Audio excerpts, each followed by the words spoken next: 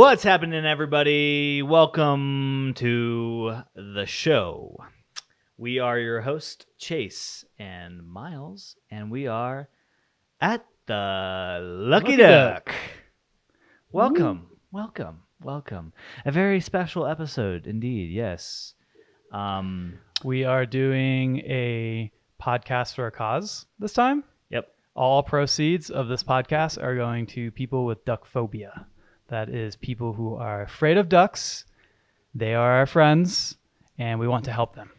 So call in. We are only accepting Dogecoin or Yes. Duckcoin. Myles, did you mint the Duckcoin yet? Yes, there's the duck coin now. So you have to go ahead and buy some stable coin, then go to an offshoot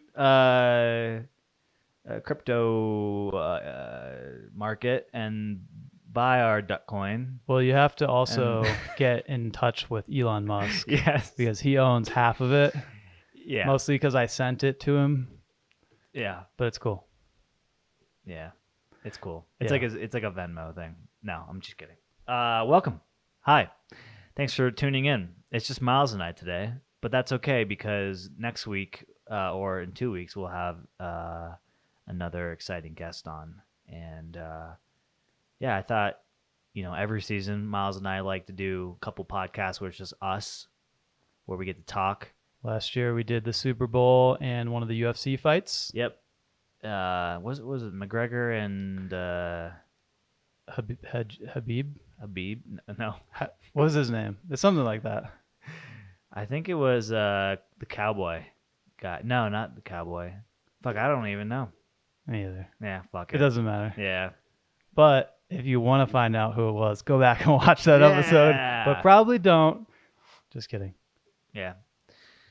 So what are we drinking today? What do we got on the old drinky drink list? Well, this looks like a habanero pepper next to me. Yes, it is.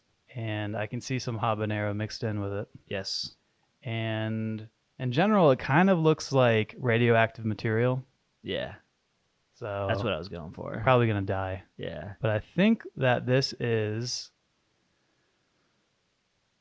A gimlet. A Yes, gimlet. you're right. Spicy gimlet. Yeah. All right. Cheers. Yeah, cheers. So this is a 2-pepper gimlet, a jalapeno and a habanero. It's jalapeno infused. Well, it's Mule Kick. I don't really know what. I think it's a vodka or something. Oh, Is this it's pretty spicy. got a kick? It's not it's probably one of the spiciest drinks I've ever had, but it's not too spicy. Ooh, yeah, it's got a kick to it. I think if I took a little bite of the habanero, then it might be too spicy. Yeah, we put some. We muddled some habanero. Are you sure this is not the spiciest drink? Because this is really fucking spicy, dude. I'll have to take another sip. It might be the spiciest. That Mule Kick by itself. Well, that's what's in here, Yeah. So You just water it down. What is this? Here, I'm gonna grab the bottle. This is something that I've never seen before. So this is a spirit that is distilled from grain with natural flavors. So it's clear. It's got jalapeno, garlic, and black peppercorn in it. So by default, it is pretty spicy. Yeah, I can feel it in my stomach now. Also, full disclosure, I did lick a habanero before this, so the tip of my tongue is numb now. So that's probably why I literally can't feel the spice on the tip of my tongue. I can feel only like feel it in the back. I feel like I have a burning sensation in my stomach. So do right I. now. Yeah. It just started like 10 Yeah. seconds ago. Yeah, I feel like I might throw up if I drink like 2 of these or 3 of these. Well, maybe we'll just have one then. Then we can take shots from the bottle after. Yeah, we'll just do. It does have the Let's do some liquor spicy. does have a green tint to it. Yeah. You can definitely tell it's been distilled with jalapenos. In a whiskey barrel. Yeah. 'Cause it's whiskey. It's definitely not distilled in a whiskey barrel. Okay. I don't think it's barrel aged. I just think it's distilled and then they infuse and then they bottle. They take the heads from it. Yeah. They put the heads in there. They put the heads in there. That's why it's so spicy. It's a rye. It says the natural spiciness of the rye is set alight with an infusion of hot peppers and given a savory depth with fresh garlic and dried peppercorns. Perfect for adding a kick to your cocktail. Boy, oh boy. The Glacier Distilling Company in Montana. Shout out to y'all. Thanks. I went there. They have a bunch of different types of liquors like this, like flavored, whatnot. It's pretty good. Yeah. Got gins, vodkas, that. That's cool. Yeah. I feel like infusions are like becoming more and more popular of a thing to do. Well, it's kind of like how different can you make a whiskey or a vodka or a gin? You know what I mean? Yeah. So it's like at a certain point you kind of have to do something a little bit different. Like what is that chili one you have over there? Oh, that's a Colorado chili flavored whiskey. It's a whiskey. So yeah, it's just not aged. It's not barrel aged whiskey, which like it tastes like at shit. that point I'm not really sure if it's whiskey. You know, like what qualifies it to be a whiskey versus a vodka or it's all made from. I think it depends on the right? ingredient. I don't know.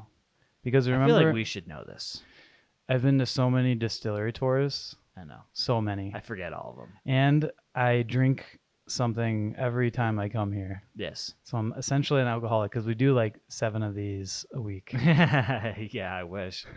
That'd be awesome. Imagine just doing this for a living. All day. Yeah, all day. Actually, it would get exhausting. Yeah, it would be exhausting. If you worked 2 hours a day, that would be horrible. Yeah, it'd be the worst job in the world. Actually, this is my favorite kind of podcast because I don't know if you guys know, but it takes me 2 weeks to write those introductions. Oh yeah, where's my introduction? Well, I'm not like you're also the host, so you're not the guest, so I don't write an introduction for you unless you tell me you're the guest. Okay. In which case, I run the show. You know what I mean? That's true. You get the whole "Hey, welcome to the show" exactly thing. So I didn't do an introduction. That's fair. I spent a lot of time on those. I research the people. I go to their homes and I watch them for like a week. Whoa. That's half the time, half of the 2 weeks. That's a lot of R&D. Well, this is get important. to know them personally. Yeah, that's the thing. Are you personally involved with their spouses and? Well, it depends who it is. I mean, sometimes I go in their house and like hide in their closet while they're sleeping at night. Yeah. I don't think it's weird. I've described this to my wife Sarah. She said it's weird, but I don't think it is. I don't think it is either. I think it's perfectly normal. I think a lot of people in this industry of media do the same thing. Yeah. Yeah. Yeah. See. You know who I was thinking of? Who's the guy who Alex Jones? Yeah. Yeah, I think he does that too. He probably does. And he's pretty legit. Like he's up there. You know what I mean? There, yeah. In terms of reputable stand-up guys, Alex Jones seems to take the tip. Yeah, and like, podcasting and stuff. Like he's pretty much my idol. Oh, is he? Yeah. Yeah, you have a few idols, don't you? Well, obviously, Genghis Khan. Yeah. Yeah. Genghis Khan. The guy knew how to fuck like a horse. Right. What's another idol you probably have? Let's talk about, of course, Charles Marx, the guy that invented Marxism. Probably not. Okay, never mind. Ron DeSantos, right? Ron Doritos. I think his name is Rand Paul. Oh yeah. And no. Oh, gotcha. What about the gal that wrote Atlas? Shrugged. Yeah. Oh, I don't remember what her name is. Paul. Oh shit. What is her name actually? Doesn't make sense. Pull it up, because we gotta find it. Have you ever read that book? It's pretty good. I think I tried reading it, but it's a bit long. It's a bit long. I watched the movie. I think kind of dense. Don't they have a movie? Yes, they do. Ayn Rand. Okay. Yeah. Pretty interesting thinker. Yeah. What exactly was it? It was like a dystopian future Yes. based on libertarianism, Yes. and people didn't really like it that much, but it's like a cult classic or something, right? Yeah, it's like it's a interesting thought experiment. Um, and much like Marxism or socialism or well, capitalism is a more practical, economical theory. Uh, those other theories have been tried and mostly have failed. Uh, So this was her thought experiment on yeah, libertarianism, yeah, exactly. Yeah, so that it wouldn't work because there's like really no rules. yeah, it's interesting. I read it in college as a part of a mixed media course. It was really weird. It was taught by this lovely lady who just gotten her PhD in art and made us read a lot of things. Probably one of the more influential people in my college career because she like taught mixed media but didn't teach like anything about mixed media in the traditional way you would think, and more of Abstract. like an abstraction of ideas. um Atlas Shrugged was one of them. We read several passages from that book, and also just that sent me down like a Wikipedia rabbit hole, as many things do. Reading up on her life, very fascinating Oh, on woman. her life. Yeah, in her life Oh, so what's specifically. fascinating about her? Um, I want to say she was like a swinger. She like had many romantic relationships with different men. Hmm. Um, And you wish that was your life. I wish I was Was I your was fantasy. her. I wish I was her. You read about her and Yeah. all her lovers. Yeah. Damn, I wish that was me. Yeah. I also learned about Yoko Ono through do you know who Yoko Ono is? Is who is that again? I've heard the name a thousand times. She is one of the influential figures of the Dada movement of art, and Okay. also the widow of the late John Lennon of the Beatles. Ah, okay. Yeah, often credited to creating dysfunction and rifts between members of the Beatles. Oh, However, she was a swinger too, huh? yeah, no. A lot of people blame her, but um, I think there was already a growing rift between the members of the Beatles before she got involved. But there is a bit of like sinister activity between her and like I guess his kids, and something about um, hoarding work or letters or something. Yeah, I don't know. It seems kind of weird. Is she still alive? She is, And yes. she's hoarding these things that her family will want. I'm also talking about something I don't know a whole lot about, so Okay. I'll speak with that disclaimer involved. Right. But a terribly important figure in the art movement, Aren't you an postmodernism. artist? Me? Yeah. Aren't we all? Well, I mean, In the classical sense, I or in the postmodern sense? so you have an art degree, which Does that classify me to be an artist? it would more certify you to be an artist than it would me, right? Because That's fair. Okay. now, let's say I did a lot of art in my lifetime and have a lot of experience doing things that are artistic, then sure, maybe I could be considered more of an artist than you, but I don't. So with you having that degree, I'd say you're an artist. So shouldn't you know everything about art? I know quite a lot about Because it. I know everything about computers. Buck, does that make you a computer artist or a computational artist? Makes me a you make computer art? scientist. What is art then? We can get granular about definitions. I'll We tell can you call what it you a is. computer artist. You're gonna pull up. This is the most like means art is dead when you have to Google what is art. Art is the expression or application of human creative skill and imagination, typically in a visual form such as painting or sculpture, producing works to be appreciated primarily for their beauty or emotional power. Interesting. A similar, or I guess fine art, I don't know, would be described as the various branch. Oh, okay, never mind. There's just various branches of creative activity that can be considered art. Yes, So yes. I'm not going to be a gatekeeper of art. I could say that what you do for a living is art. I think that there is probably art mixed into it, but what I Mm. do primarily is not what I do is not primarily for the beauty or emotional power. You know what I mean? But art does not have to be, does not have to serve that wholly. It could be partly that, and it could be also partly something else. Yeah, but here it says primarily. Primarily, that still leaves a little bit. So it depends. Like Yeah. if I develop something and I do it in a way where I put a lot of um, what I like to see it as creative or kind of like abstract uh, ideas into it. Mm-hmm. I usually do that because it's better for the life of the application. Yes, But what I could say is I actually just do it because it's beautiful. you could. And that would make it in some way artistic.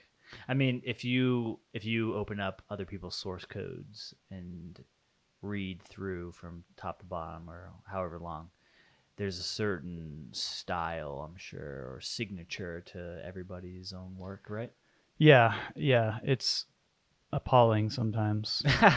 So Oh, so you are a true I artist. think that a true artist. I You're understand critical. that more now that it's also about that and can be primarily about that. But then you think of it more as like that's for readability. Readability. Yeah. Hmm. So from a technical perspective, then that's how you view. Well, I suppose you could be less romantic for you to review somebody's code, rather than somebody else who doesn't really know or have to use somebody else's code in a more technical.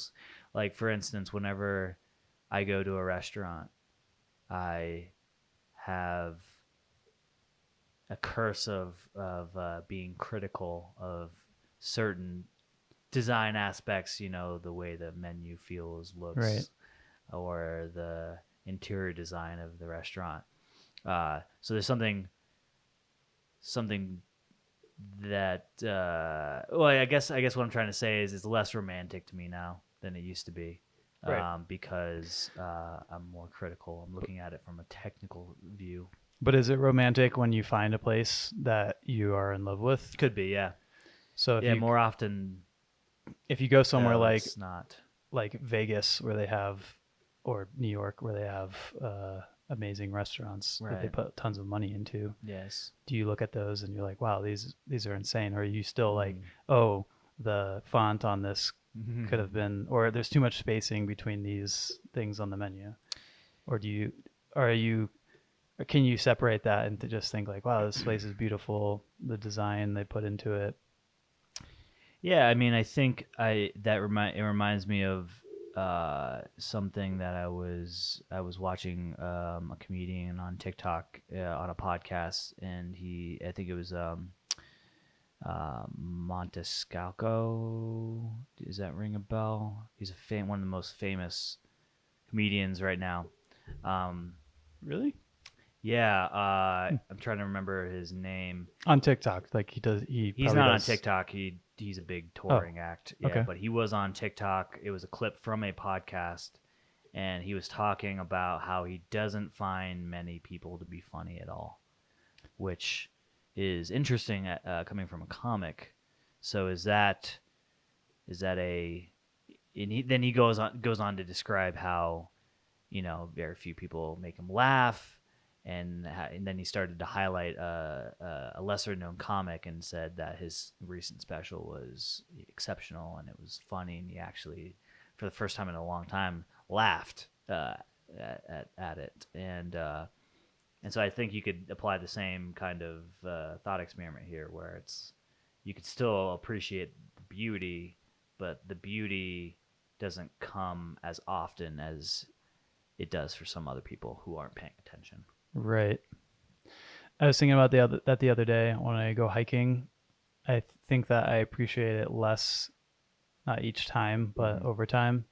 Like one of Especially the living in Colorado where you're spoiled. yeah, or Yeah. just the West in general. I think of And it us going hiking or doing things back in Florida where you'd hike for like 3 disgusting. hours just to get to this little waterfall. Yeah. And then you're in Colorado and the first 15 minutes is just already blown out that hike, that first hike. You're like, Right. yeah, you take it for granted a little bit. Yeah. I remember the first big hike that I ever did was in Zion National Park, and I think I tried to FaceTime you. Can't remember if it worked or not. But because I was so blown away by it, I was like, someone else has to see this. This is insane. I have to see this. Yeah.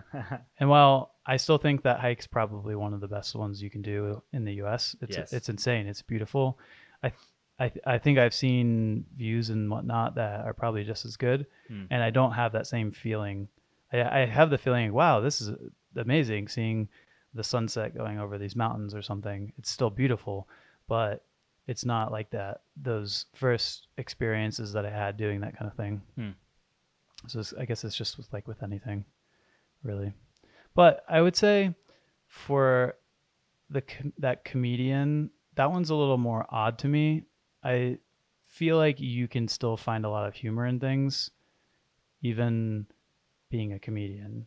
Maybe maybe there's a bit of ego involved. That's what I was thinking. Maybe it's more like him being critical because he's like, oh, they're not as good as me or something. Maybe it could be, or maybe he's just been doing it for long enough to where he's seen every punchline. It just like, and you see the recycled content go through. Like there's a TikTok also. I spent a lot of time on TikTok, unfortunately, but there was a guy that was talking about mannerisms and different like ways comedians like deliver jokes, and it was so on the nose, and you could say, oh yeah, I know so many comedians that do all of these things. Yeah. So I'm sure if you're living that day to day, if you're doing comedy every single day like he does, you get to see that. And so if anybody tries to be funny, you instantly look for the bullshit in it. Yeah, that's true. That makes sense. I think that's Nihilism, maybe. I think it's specifically true for comedians because there is an act to it. Even just I like comedy. I love comedy, but I don't watch a lot of comedians just because I don't. But I can still see that with the few comedy shows I've ever even been to. Well, where I'll go to one or I'll watch one on Netflix or I'll see one on TikTok, and I'm like, this is the usual kind of what they do, the pauses and whatnot. But hanging out with my friends, I can hang out with my friends every day or every once in a while, and I don't really get sick of laughing with them. If they made the same kind of joke all the time, then sure. Yes. But we always have new jokes. Things are just funny in life. And so I feel like maybe he would find more enjoyment if he had friends. Yes. That would help. Yeah. And also, that is the end. Yeah, I mean, it's also, or maybe he needs to do some mushrooms or something, some death of the ego type of drug. I saw on TikTok the other night this guy. It was on Vice, one of the Vice interviews. Yeah. This dude who, like 4 years ago, did 100 times the dose of acid that you're supposed to do. Well, not supposed to do, but should do. Like, shouldn't do more than. I saw that too. Was he in a mask and everything? Yeah. Yes. And apparently he's been high like the whole time. For like 6 years or something like that. But not in the way that someone might experience being on acid. More like he talks about, he sees like the static of a TV in colors and stuff where it's not enjoyable. Yes. That made me scared. Yeah, I mean, I think he talked about how it made him isolate from his family and friends, Right. and yeah, it That's is scary, right? Uh, yeah, because was it the amount of acid he did, or was it just that he did acid it was definitely and the amount. it's just his body just had that reaction? I think he said it was like 100 times Yeah. the dose that you should take. So he probably He destroyed his overdosed. brain. Yeah, he overdosed basically. I mean, he rewired his brain. I He wonder just kind of fried it a little bit too. they should do a brain scan of him. I know. That would be I know. interesting. It's just like a little baby brain. I've been getting into Anime. yeah, anime, uh, AI, Artificial intelligence. AI art generators. Yeah. Yeah, and I found one that is incredibly good. So you type in a word and it generates something. So what happens is you type in a phrase describing the scene or what you want it to generate, and it will generate it for you. And it will give you 4 different options, and then you can elaborate on any of the options. So this one I've particularly drawn an interest to is called Midjourney, and it's by invite only right now. And so I submitted my request, and I was approved. And you basically are using Discord to interact with the AI. So you will type in / imagine, and then it brings up the prompt command, and you type in your prompt, and you hit enter. And then in the chat group, it will start to, in real time, generate using neural pathways or neural networking, I guess, to generate the 4 sets of what it's trying to basically, generate based off of your prompt. And I've done a few other AIs that I've found to be impressive, and this one is 100 times better than anything I've used. But what kind of image is it creating? You can tell it you want it in the style of Banksy. You can tell it you want it in the style of Breaking Bad. You can literally tell it to look like anything. So if my phrase is I'm eating pizza, what might come up? I'm eating pizza. That's more of a statement and not a prompt. So in this case, you would want to say white Caucasian male eating pizza. Okay. And then it will spit out a white Caucasian male eating pizza. And it really opened my eyes to what the next 5 years of artificial intelligence could potentially do. And I think it's going to radically change everything. There's going to be very few things I think AI is going to. Specific. This is near and dear to me because as you had called me early as an artist. This is really giving artists a run for their money. And I'll share. I'll airdrop a few to your laptop so you can see what I'm talking about, so you can share with people who are watching on YouTube. It's really spooky. I actually saw this on TikTok or Reddit, probably Reddit, and I was like, wow, that's really good.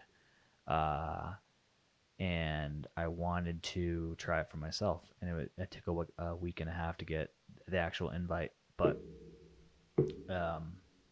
it's cool. So it's waiting, I guess. Do you have to be an artist to do it?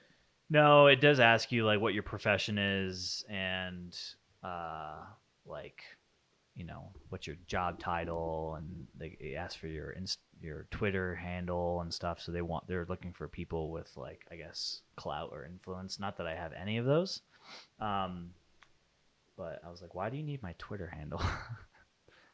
I guess for marketing purposes. I don't know. Yeah. Did you get him? Yep.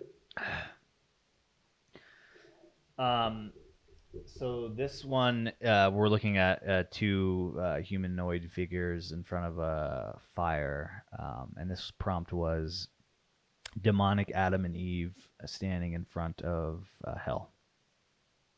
Really? Yeah, And it drew this? it made this. This isn't something someone made and then just posted the picture. This is a piece of software that created this. Is this his dick right here? It could be. Or his other leg? And it kind of looks like she has one too down here. Yeah, I know. It's still far from perfect, but you can clearly see where this is going. So let's show that. Yeah. Look how detailed that is. I mean, Oh, that's crazy. yeah. He has a belly button. Yeah, you're just loving. You're just trying to show the dick, huh? There's the dick. It is a dick. It's a massive dong. Oh my god. It's his leg. Get your head out of It's the gutter. not. It comes out from over here. It's like a trunk. His All right, legs. so go to the next one. Go to the next one. This one was the prompt was cult members walking towards a church. Just curious. Is it only like bad stuff that it draws? No. This was just me because I'm currently playing in that space Okay. for my original kin podcast, streaming right now on all platforms. Okay. So next one. This one was it was the veil between two worlds. And so that's what it spit out. Yeah. Very and this one was portal to hell. I mean, just look at that shit, dude. It's like little devils back here or something. Yeah. It's crazy. And then this last one I think was the same prompt. I just I took two of the things that they spit out, yeah. It's like a hand, it looks like. Um Wow. But if you go to their website, and that one's demonic angels. Yeah, that's what it gave. So when you put in the prompt again, it will draw something different. Yeah. So it'll give you, it'll spit out a quadrant. So there's 4 images in what it gives you, and then you can say, okay, top left, either enhance, so it'll take that top left image and then draw the rest of it, basically. Or you can say top left, give me another 4 images based on the top left. So it'll basically like give you 4 options based on that top left image.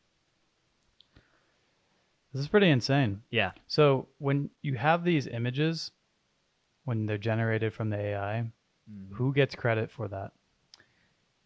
Yeah, that's a good question.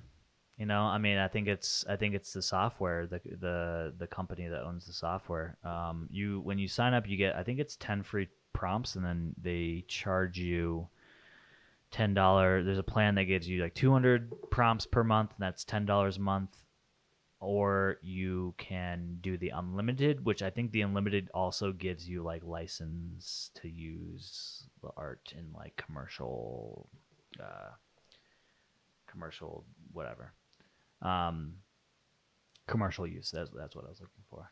Wow. Yeah, go to their website. I think they also have other examples of it's called Mid Journey.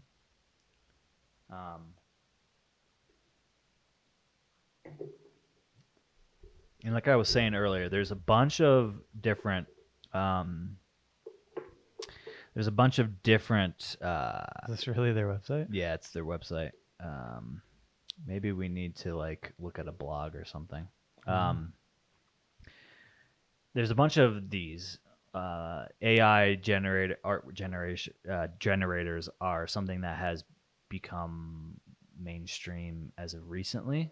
I've had one on my phone. There's an app called Starry.ai, and it will also do a similar thing, but it is not anywhere as good. I'll show you just like like some of these are not good. Like this was like a sick mother. That's what it was. Like sick mother on her deathbed, I think was the prompt. And like that's not good. Mm. Like that's just abstract art. That's just Right. like gobbledygook.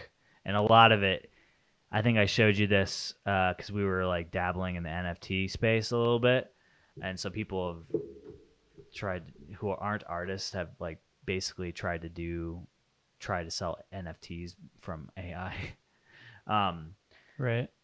and so I was like dabbling in the space like 6 months to a year ago, and then I saw this pop up, and I was like, "This is the next stage of it." And then 6 months from now, what is this gonna look like? I mean, it's gonna be so fucking good that I mean, I was talking to Cole, our friend, who actually is the writer and co-creator of this original Kim podcast, and I said, you know, what would it look like if we did a graphic novel or a lookbook or a zine or whatever using just prompts and AI generated artwork? You could literally create your own graphic novel using it. Yeah, that's true. Um, which goes into like, how far will this go? You know, if you think about, I think it was Tom Middleton, or I think I'm saying his last name wrong. He's the guy from Silicon Valley, the TV show, the kind of or the leading star in that. He did. The one who got kicked off the show. I know. Oh no, that's the fat guy. I don't know. Yeah. Okay. Yeah.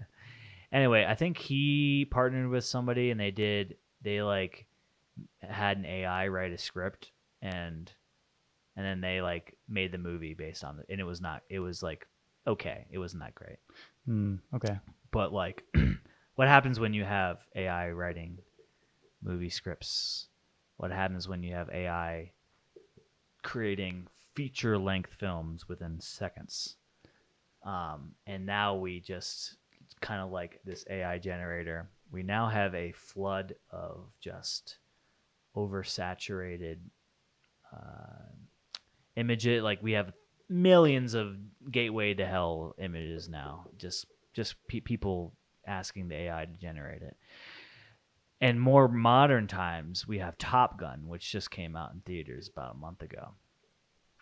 Top Gun features Val Kilmer in the movie, but famously, Val Kilmer has lost his ability to speak well. I can't remember what disease or illness he has, but I know he's unable to actually talk. And so they used an AI taking he's done tons of film, TV, or mostly just film, I think. They took all of his voice, all the things that he's said, and they were able to basically provide dialogue for his character in Top Gun. It's like one of the first mainstream use of AI to generate character dialogue or character, Aside from the Tom Cruise TikTok. Yeah, well, that's the channel. deep fake. Yeah, but he's that guy. That's an actual guy. Like he's not AI generated. The look of his face is The voice though is the guy voice as is well? not AI. No, Oh really? no, Oh. he's just kind of good at it. Oh, Yeah. okay. And as far as I know, so we are going to be able to resurrect dead actors to play roles we want them to. For instance, I think I saw Christian Bale publicly stated 2 weeks ago that he's interested in doing another Dark Knight movie with Christopher Nolan, reprising his role as Batman and doing a fourth installment to the trilogy. And one has to now think about the possibility of resurrecting Heath Ledger's Joker character. They left it wide open in the second movie, right? What would it look like if an AI completely did the voice and they did a deep fake? They just had a stand-in actor. I mean, it's going to get so good where they won't even need a stand-in actor. They're just going to pop him in to the movie. Right now, I'm sure they're going to need to do like the CGI suit and stuff, and then superimpose his face, then superimpose his voice via AI generated dialogue. It's totally possible. I think 5 years ago, you'd be like, yeah, you could probably do it. It would look kind of phony. Didn't they do that with one of the Terminator movies? So there's been a lot of like CGI like people, like in Tron: A New Legacy or Tron Legacy, I think it is. Um, Jeff Bridges' character, he was the main character in the first one back in I think it was the 70s. Um, reprises his role in that movie, and so they have old, but then they needed like the young version of Jeff Bridges' character, so they did a CGI version of his character, and it kind of looked fake. You're like, it's good, but yeah, you can tell it's not real. Um, so they've been doing that, for years, decades actually. But that's with like specialized, talented CGI artists actually 3D modeling these characters. I'm talking about like somebody like a computer completely removing the need for an artist and just generating it within seconds. I mean, these art pieces of art I showed you took 30 seconds, and it was doing thousands of these at the same time, because there was about 50 chat rooms, and each chat room had about 25, 30 people in them, all doing prompts at the same time. Like it was literally hard to keep track of where mine was. I had to keep scrolling. Yeah, why are they doing that on Discord? It was an easy way to get around having to build your own UI and your own Gotcha. front end. Yeah. Gotcha. Mm-hmm. I didn't realize Discord's that versatile. Yeah, I didn't either. It's basically a front end to lots of different platforms. That was actually my first experience of using Discord other than a robust chat. How for the actual image, when you say it was drawing the image on the screen, yeah, like literally drawing it, or yes, it was just loading and then it popped up? Yeah, so it would give you basically screenshots of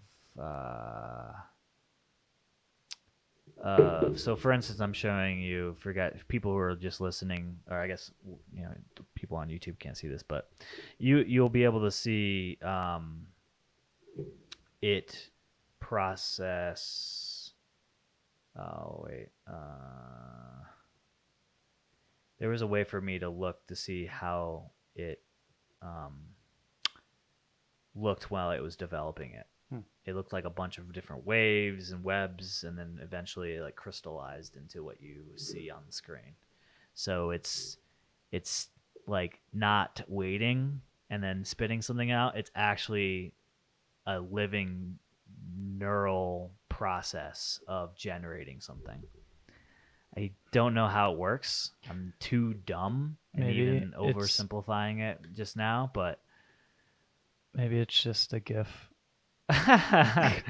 They're just Google searching and then giving you the result. Actually, when I was Googling the website, I came across a Reddit post from 2 weeks ago, actually, or last week.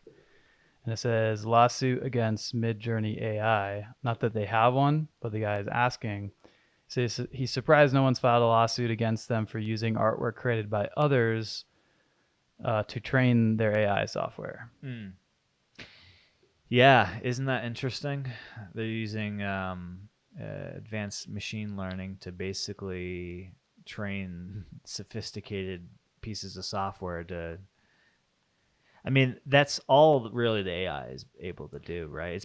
It's mimicking what's been done, and then being able to give you remixes of existing multimedia. So then someone asks why, what's the issue here? Because, for instance, if you were going to draw something, if you were going to make a comic book about your podcast and you wanted inspiration, you might go generate images and then not copy them, but then think, maybe create something that's kind of in the middle of some different ones that you saw. And then you might go sell that, and that's for commercial work. And you wouldn't pay you may have paid for being able to get those pictures, but you're not paying for any kind of license or anything. So he's saying, what's the difference between someone going and looking on Google at thousands of images and then drawing something versus an AI looking at them and drawing something? Both are not illegal or copyright. In fact, I think I'm quoting Thomas Jefferson when I say the genius of art or the genius of invention isn't the actual invention itself. It's covering up your inspiration. Meaning, most everything new today is derivative of something else. Picasso didn't create great works of art. They didn't just come to him. He had inspiration. Great Renaissance artists were all at one point apprentices. So they learned from other masters. Guilds back in the day were a big thing. You'd join a guild and you'd be like a carpenter. You'd join a carpenter guild and you'd learn and you'd be influenced by everybody around you. And that's part of the artistic workflow. I often, when I have my graphic designers come to me with a project, I will often say step one is inspiration hunting. Go out, find what you think looks good, what's relevant to this project, what you like, bring some that you don't like. And then we discuss them, we talk about them, what we like, what we don't like, what's successful, what's unsuccessful, and then we take that and we make something completely new out of it. And that's totally okay. There's nothing wrong with that. To expect somebody to completely pull something ingenious and unique and one of a kind out of their ass, especially somebody who's doing this on a daily basis, is absurd. So that's my philosophy on art, at least the artistic process. Well, the Dalai Lama didn't become the Dalai Lama on his own. He was born into it. He was divinely chosen. Yeah. I don't think that's a word, but divinely chosen. Divinely. It's so divinely divine. Yeah, I mean, I think it's absurd to say that the AI, which is studying the great works of Google or the great other pieces of art and then creating something new, that's not stealing. If that is stealing, then most of everything that we've seen in terms of art or creativity is stolen. There's a great documentary called God, I can't talk, called Everything's a Remix. I highly encourage anybody who is interested in this to watch it. Just goes over basically like every big piece of art or movie or TV show or music even is derivative of something that's been popular before. Star Wars, Lord of the Rings, Led Zeppelin, you name it. They're all very derivative, and the ones that cover up their inspirations are often the most clever. Yeah. Speaking of Star Wars, have you seen the new Star Wars series? Is that like Kenobi and on Disney? Yeah, or no, Disney's I haven't. take on, or Mandalorian, or any of them? I've seen the first season of Mandalorian, and that is all I've seen. I know there's like the Book of Boba Fett. I know there's Kenobi. Is there another one? I know there's more seasons of the Mandalorian. I think there's one about Han Solo. Oh, that's just the movie though. Right? Was it a movie? I don't know. I haven't seen called it. Solo. Okay. I think. Yeah, I saw that one. Yeah. Okay. Yeah. That was a movie then. Mm-hmm. Mm-hmm. There's also another one that I'm blanking on. Maybe it was Solo. I don't know. Whatever they blow up the Death Star or something, or this planet, or at the end everybody they blow dies. up the Death Star? No, not the Death Star. What? They blow up something that they're on. I can't remember. The ending is basically everybody dies. So spoiler alert. Yeah, Jesus for Christ. this movie that you don't even know what we're talking about. So, did you not like The Mandalorian or? No, I liked it. I thought it was good. I'm a bit of a contrarian when it comes to Disney and Disney Plus stuff. Like for the longest time, I didn't watch WandaVision or Loki, and based on the fact that I don't know, I just feel like Disney's really good at exploitation of like franchises.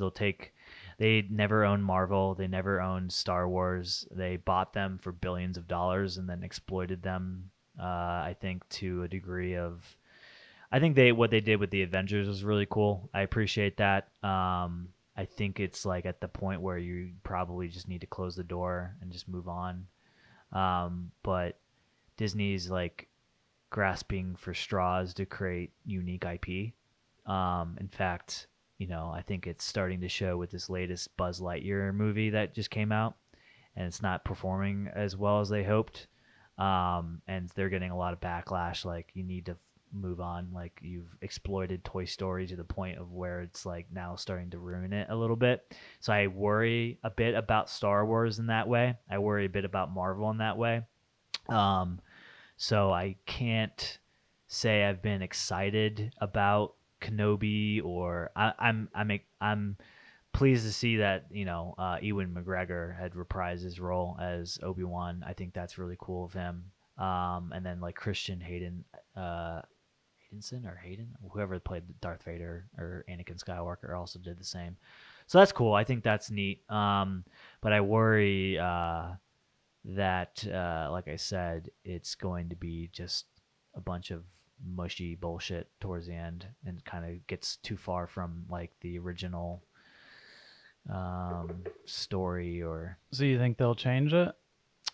I don't know. Because what it kind of Um, seems like is you have the Star Wars universe and mhm, you had the movies, which told this story, mhm, and then there's like kind of the in between that they're putting into it. yeah, right.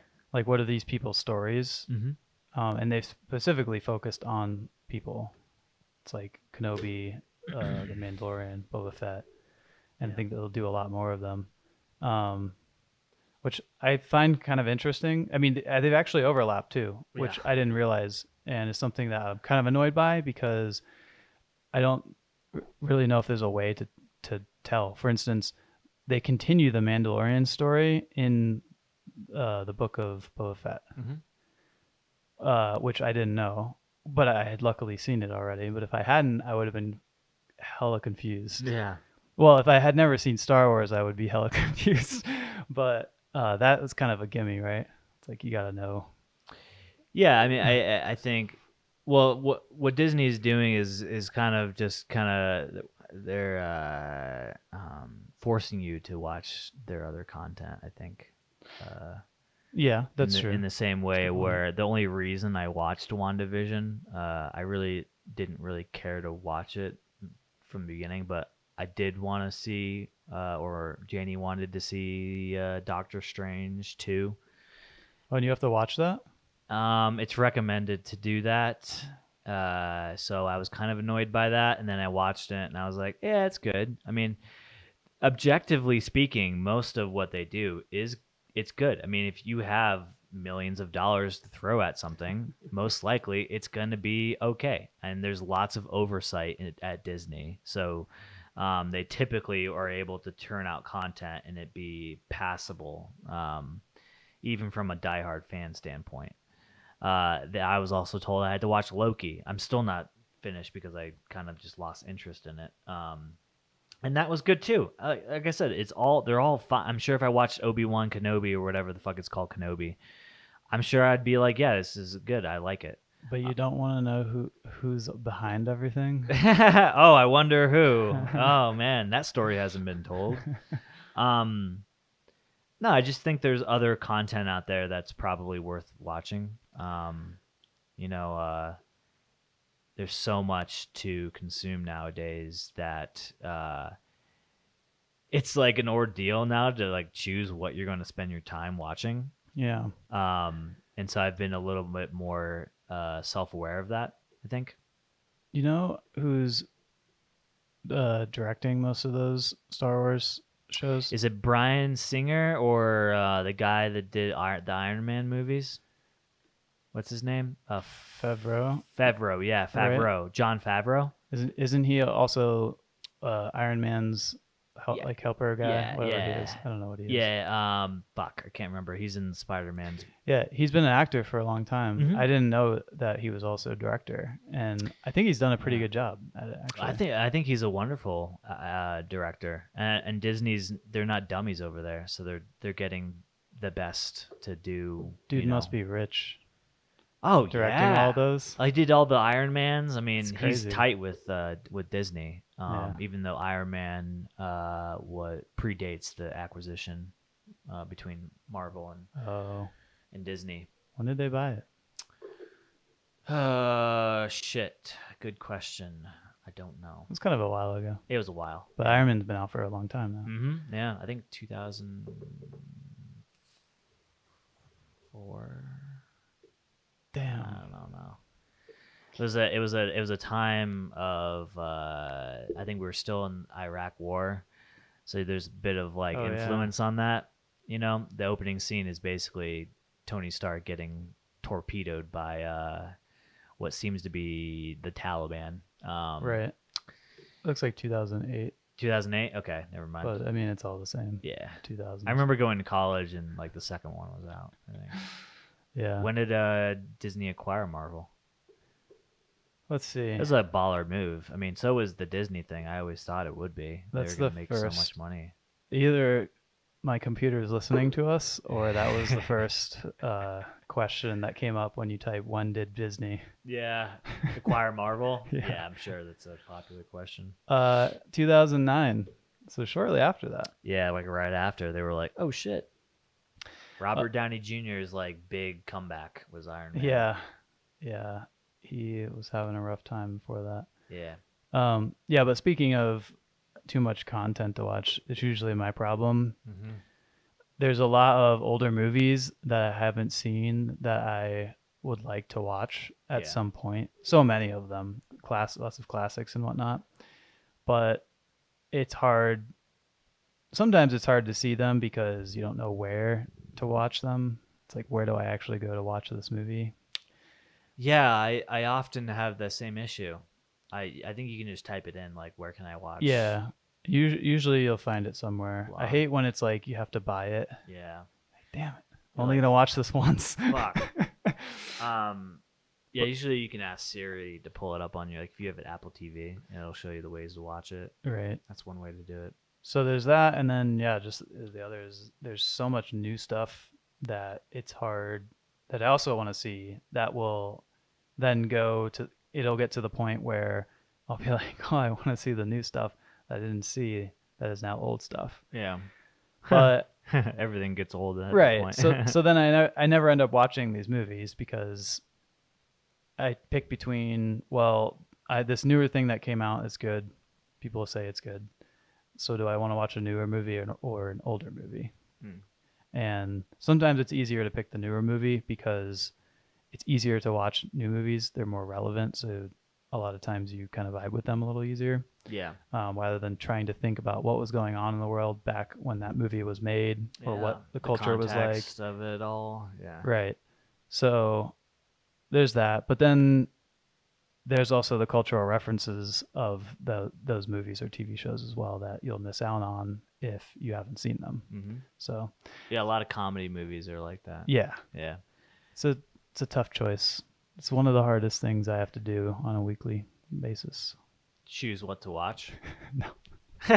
Yeah. Well, I mean, you could just spend like a good afternoon scouting and creating a list. I've created a list it's hard and to checked follow. it twice. Yeah. No. Yeah. It's just I think usually what I'll do is sometimes I'll go through Netflix and I'll see things and I'm like, oh, I gotta add it to my list. Yeah, and I yeah. add it to my list. And I still just never watch them. I know. Well, also you're married to somebody who's not really like a movie aficionado. And That's the thing too. has a hard time grasping with like older movies. I think. Yep. I think she's mentioned that once or twice. Definitely. It's a lot easier when you're like casually, at home after work, and you both are just like vibing with a movie or something, you know. Right. That's why I try during my lunches. I don't know if this is good or bad, but during my lunches, I'll make food Hmm. and eat while I'm watching something Yeah, I mean, why not? because I don't have I time watch to do it TikTok again. when I eat my lunch. Yeah, that's hard because you're trying to eat and you need a hand to watch No, TikTok. I have my little, so I have like You have a robot and it just swipes arthritis. up. Yeah, yeah. You should program a little robot arm to has like a rubber finger. Could sell that on Amazon or Wish.com. Yeah, and then it slowly evolves into something else that it does sexually. um, yeah, I'll just sit there and it leans on this little rubber uh, uh, hand rest that I have in front of my keyboard, and I'll just eat in front of my desk or in front of my computer and just scroll until my food's gone, then back to work. Cool. Yeah, it's a pretty good way. Get my TikTok in. Yeah, getting your TikTok is hard as well. I try to do it as well because It's easy. What are you talking about? They've literally engineered it to be like one click away. As soon as you open the app, it's boom, you're yeah, there. that's the thing though, and you're always thinking I shouldn't be on this Yeah, I know. because I'm on it too much, but at the same time you're like I'm going to miss the videos Oh, you're gonna be out of the loop. even though there's an infinite amount of videos on there. You'll never be out of Yeah. them, you know what I mean? No, yeah, that's true. That's what I'm always thinking. Like, I'm gonna miss the good ones. Like, there's No. always good If ones. the good ones will usually just end up in your feed no matter what. I think, unless you That's true. spend if you have a sabbatical away from like TikTok. I think. I do sometimes see a video and I'm like, damn, this kind of seems like older. And I'll go Yeah. look, I'll swipe to the profile, and it's like 100 videos back or Yeah. 100 talks back. Yeah. I'm like, It's weird, right? damn. Like, why did that particular video? Right. You know, it's like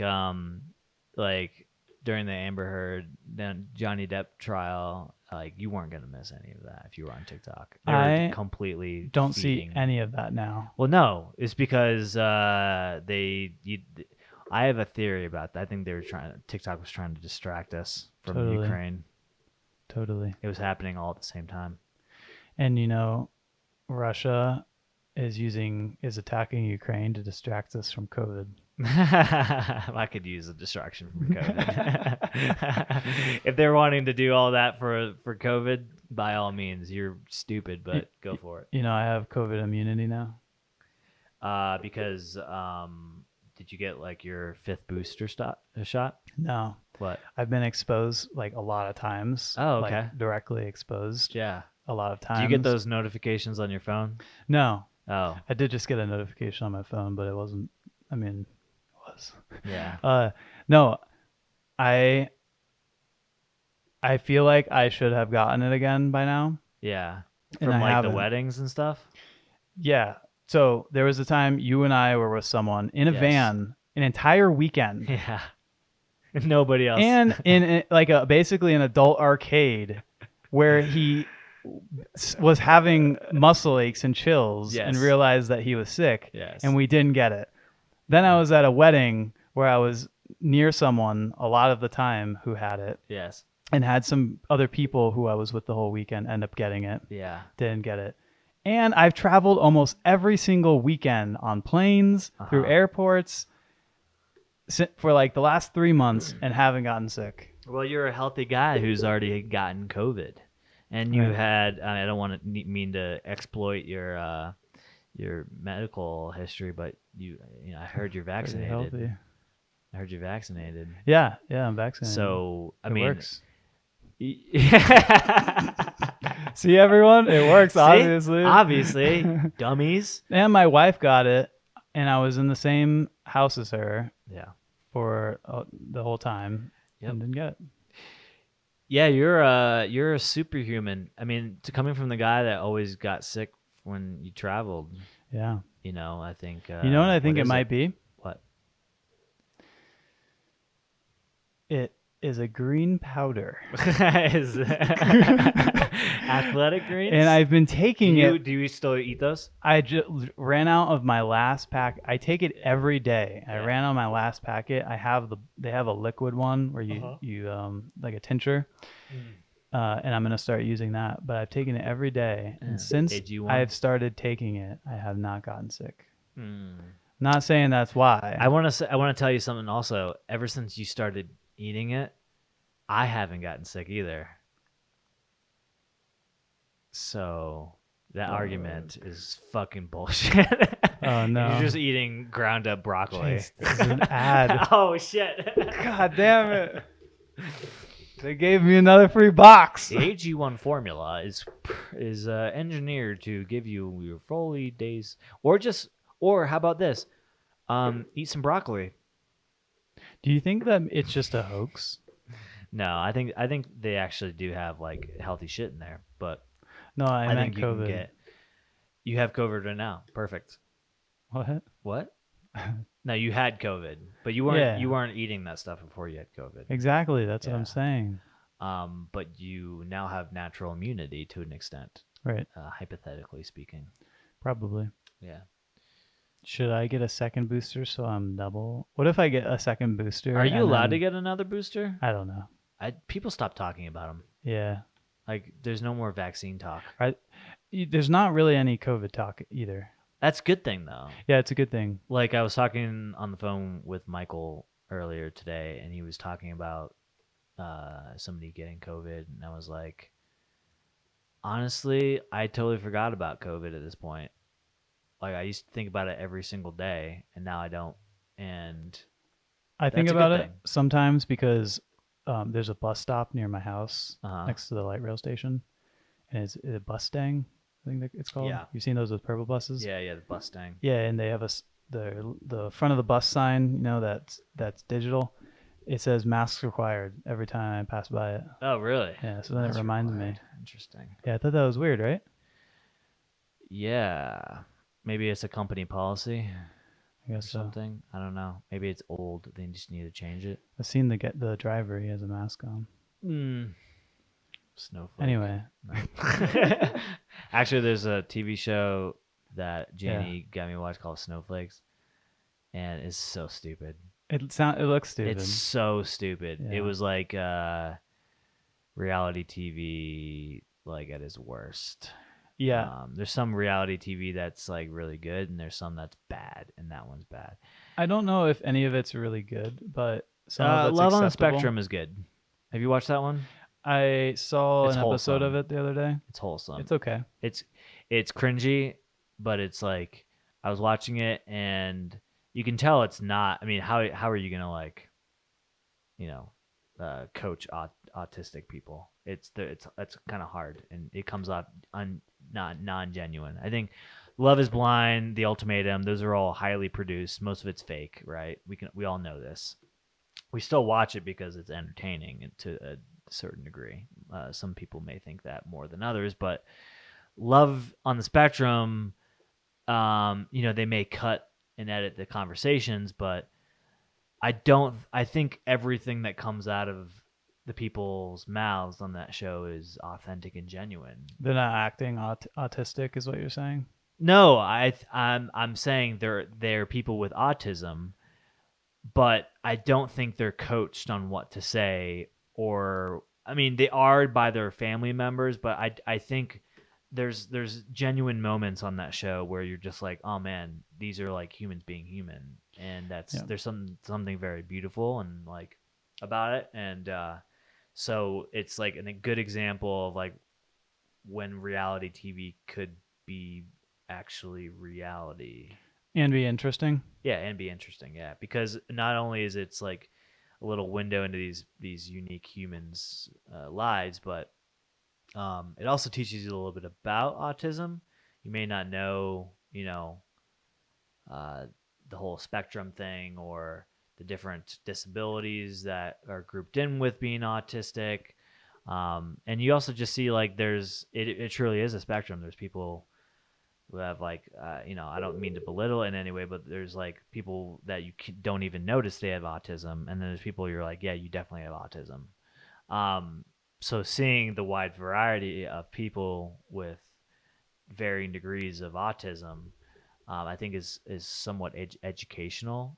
to a degree, and also the show is set up in a very particular way where even the narrator is very soft spoken. It's almost meant for autistic people with autism. So usually they're prone to like sensory issues, like something's too loud, or like you're speaking very aggressively. They may not like that, and um, so the images and the voiceovers are very calming. It's like ASMR almost to a certain extent. And so I think everything about it is in terms of the genre of reality TV, it is a shining example of how it could be something that's not completely junk or garbage for you for your viewing pleasure.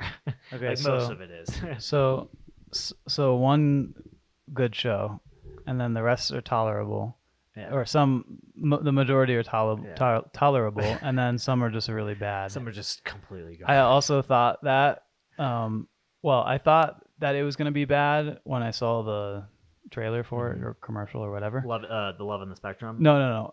The snowflake one. Snowflakes. Yeah. And then I think Sarah put on an episode of it.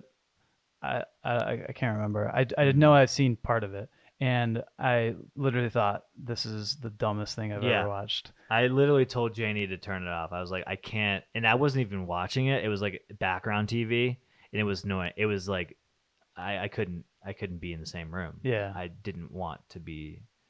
I felt like I was getting significantly more dumb watching it. The Love on the Spectrum one, when I saw the episode of that a couple days ago, I did kind of think what you were saying about it teaches you a bit, because sometimes you meet people who you deem as weird in life. You're like, why are they acting that way? Like, you'll just be walking on the street and someone will try to talk to you, right? Even in school, there's plenty Sure. of people in school. Yeah, in school. And you just think, why are they acting that way? They must be like on drugs or have a mental illness or something. Yeah. And then you realize that there's actually, like, I mean, you would say like cognitively pretty normal people that have some kind of issue, like that is, puts them on the spectrum. Yeah. Where you think there's nothing actually wrong with them as a person. Yeah. It's just that they have that disability, and I don't need to think that they're trying to harass me or something. Right. Yeah. It's mostly like a learning disability, like ADHD, OCD, things like that. Right. Yeah. It reminded me of. Do you remember at the wedding we were at a couple weeks ago? There was a kid walking on the street. He came up to us. Yes. And asked us. He had some kind of stutter. Yes. Or whatever. Yeah, he definitely had autism. Right. And he asked us to do the quiz. If I knew nothing about autism, I may have thought that he was like trying to do something, Yes. really odd, and I'm being swindled or something. But he was able to better recognize that as, he probably actually has some kind of issue, and he really wants to know our position on something for for research that someone's doing. So gives you interesting perspective. Yeah, I think that's partly due to why a lot of kids may find themselves in a position of like bullying somebody who's different because they just are misunderstood.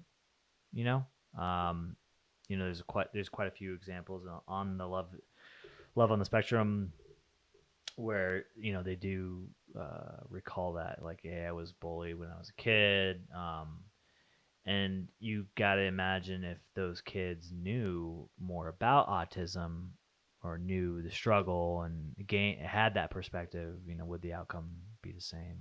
Yeah, totally. I'm sure that would be for some people. Yeah, for sure. Did you ever get bullied besides me? I don't think so. No. Maybe, but not to where I really remember it. Yeah. Being, I'm sure I did at some point, Yeah. like about my teeth or something. But it wasn't like a persistent bully. I never had a bully. Yeah. It was more like kids just being mean about certain things. Right. What about you? Yeah, I had a bully, but it wasn't, a Hollywood stereotypical. He didn't beat you up for the lunch money? Yeah, it wasn't like you didn't have any lunch money? obsessed with me and just wanted to, I think it was it was somebody who I had interacted with like while I was waiting to get picked up from middle school, and he would, pick on me or whatever. Hmm. I wouldn't necessarily chalk it up to be full blown bully. Bullies are on the spectrum, their own spectrum too. Right. But no, yeah, I do you think some of that's necessary to harden your outlook, or there's something to be said about the fragility of somebody who had gone through life with little to no adversity or Right. social interactions, things of that nature?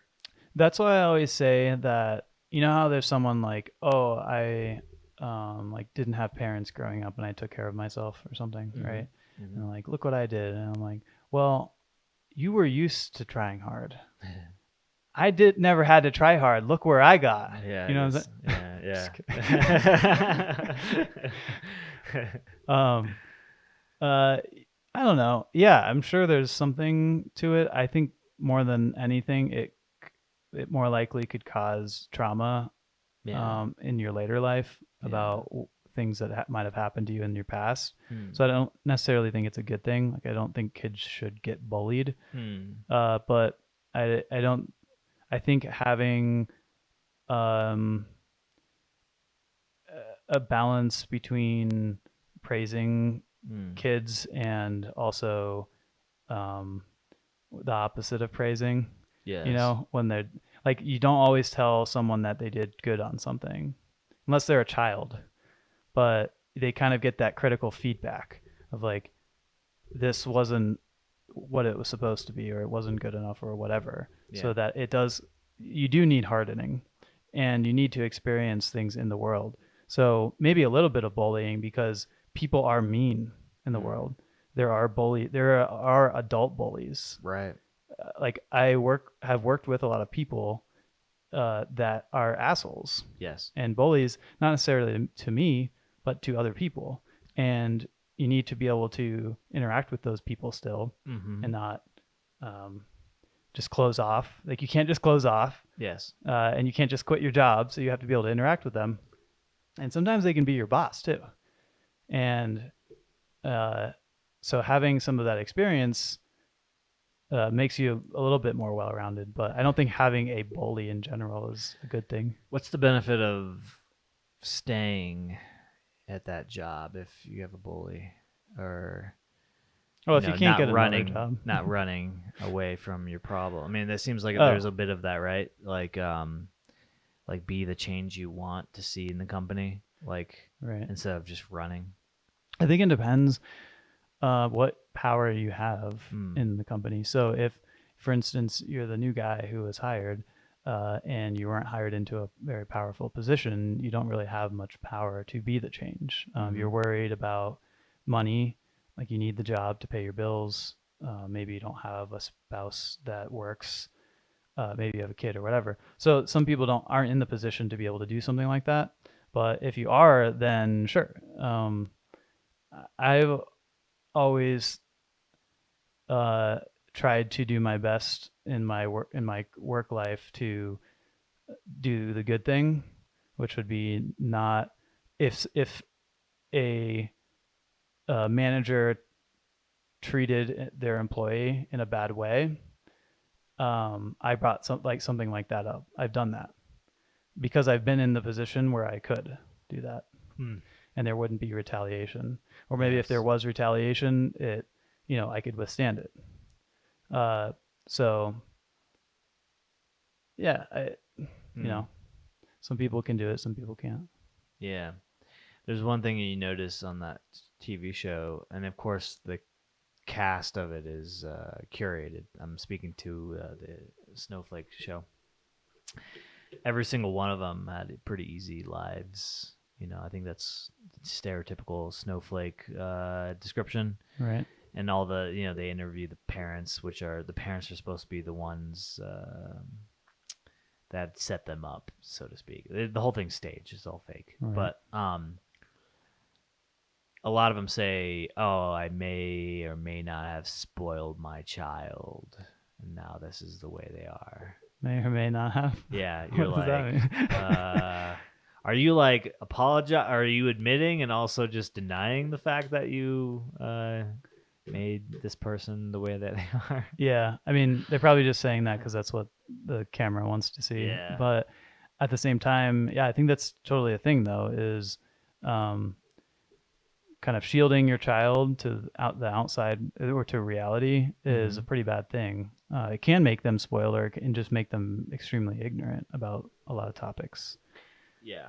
including how, I mean, you have to know you're going to get better at something through experience, no matter what it is. Some people are just naturally better at certain things, but you'll get better at playing basketball if you train, if you play basketball with other people, right?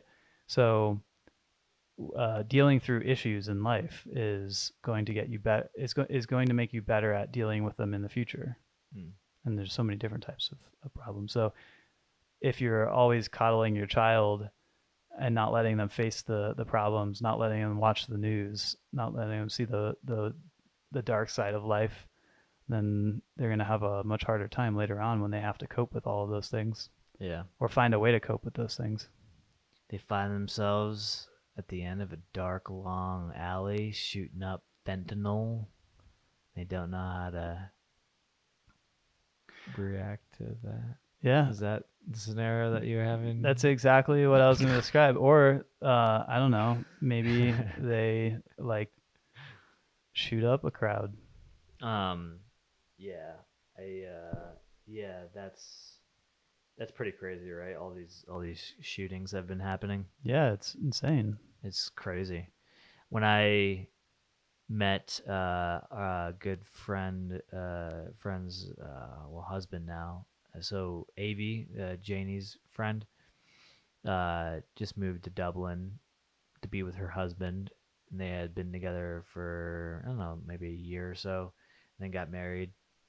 And when they were trying to decide whether or not they were going to live here or there, I think he was relayed to this to me saying that he thought the United States was a dangerous place to live. And at the time I thought, what are you talking about?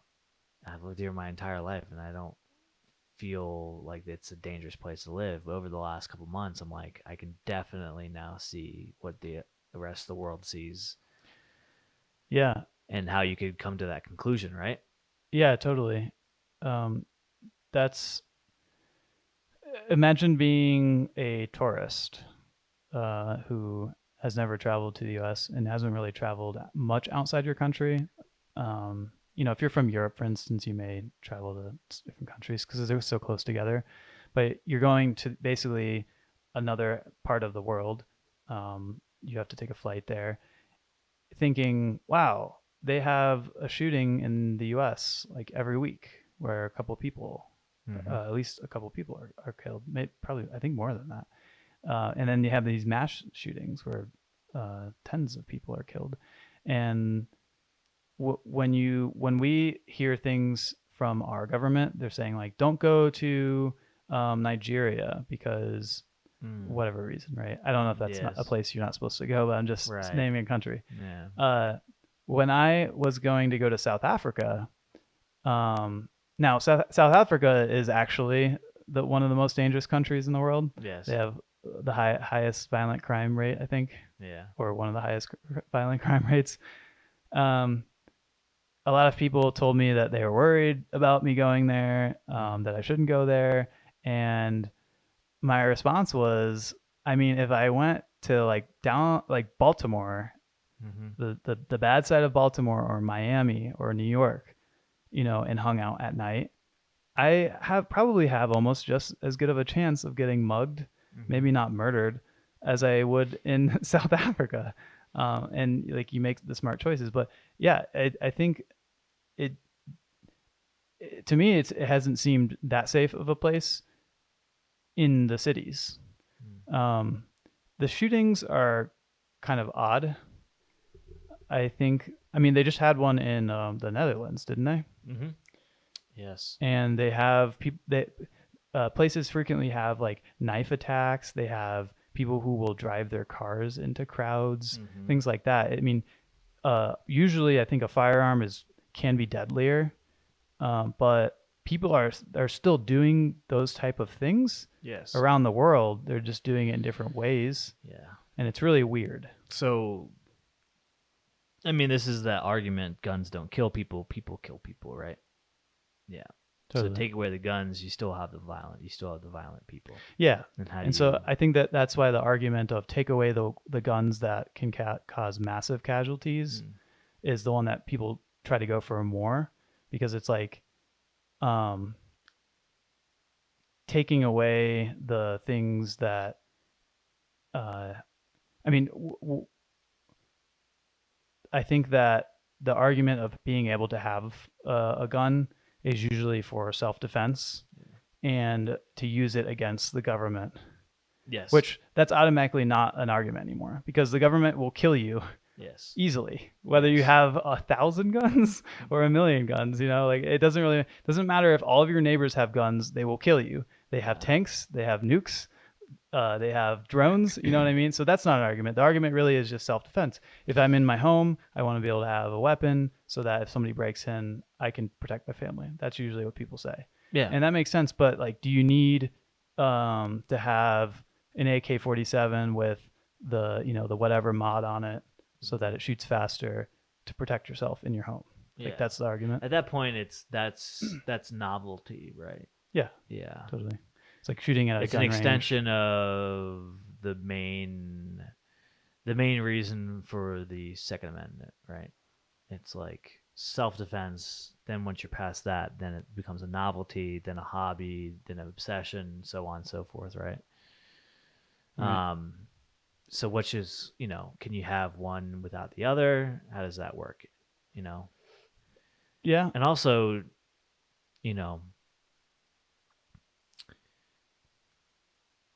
thinking about like the Ukraine Russian situation, there's something to be said about when shit hits the fan, you need those types of guys that are obsessed with AK-47s to protect your country, right? Yeah, totally. There's something to be said that, if Russia came in and it was a bunch of snowflakes running around with fucking pocket knives. Well, that's why we spend $1 trillion a year on our military. That's true. That's true. I mean? I'm not saying that's ever going to be a problem in the United States, because Right. quite honestly, I don't think it would. But it's not about if it would happen today. It's about, could it happen back when those laws were in effect, and could it happen somewhere else? Because a lot of those countries use United States democracy as a model to which to operate a country in, right? Right. And I think that it's, what you were saying, in Ukraine, they actually did that thing where they were like, if you want to fight, we'll give you weapons. Yeah. That's how desperate they were, because they need their badasses to come out and play. Right. Yeah. Because they don't have a massive military. I mean, that won't happen in the US like it's happening in Ukraine, because we have the largest military. We spend the most amount of money on our military. We have the latest tech, the best tech. That's why Russia won't attack us. But I have no doubt that if we weren't the biggest military, if we didn't spend the most amount of money, and you have a guy like Vladimir Putin who thinks that he needs to take over the world, or the Soviet Union needs to come back, or whatever it is that he's thinking, totally. Yeah. You can have, opinions in society of governments, the people who are in power, of the people, change all the time. You have lots of people in Russia who think that there's nothing wrong with what they're doing in Ukraine. Yeah. A lot of people. You have people in other parts of the world, not in Russia, who think that as well. And in the U.S., we have a lot of kind of like extremist politicians who are coming into power. One of them was our president. Mm-hmm. The people who are now following him, he has like this cult following. And I think that there's more and more people who could think that way. And you're talking 20, 30, 40, 50, 100 years in the future, we could become a hostile nation, where we think that we need to take Mexico because Mexico has Nazis in it and we need to cleanse them. I mean, yeah, nothing's off the table, but I think something more like a civil war is more possible than invading Yeah, totally. of Mexico or Canada. I think we're pretty well off when it comes to bordering countries, and um yeah, I think it's something like I haven't personally been affected by gun violence, but um it's something that I feel like if I would be more of a advocate for gun law reform. Um, so I'm fully aware I'm speaking without that perspective. Um, I'm sure if I was a victim or knew somebody or had somebody hurt by gun violence, I would have a much different approach to the situation. I honestly don't really know how to fix it, but I think something has to happen. At some point, there's going to be a point of no return, so to speak. I think. Um, I think most of it has to do with the political radicalization and also just the mental health state of our people.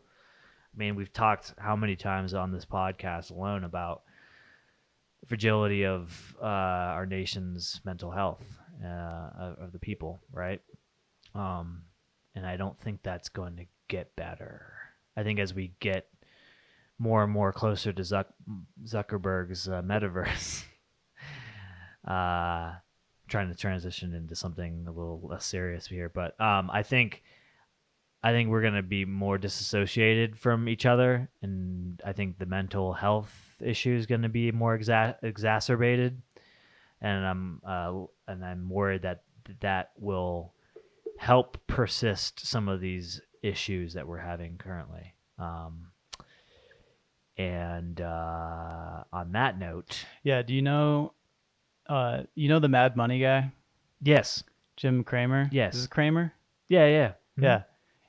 He met with Zuckerberg in the metaverse and he now says you should invest in Facebook. yeah, Probably because he bought a bunch of Facebook stuff yeah. before that. Listen, I'm totally uh I'm totally in on the whole metaverse thing. I'm not in on it like financially.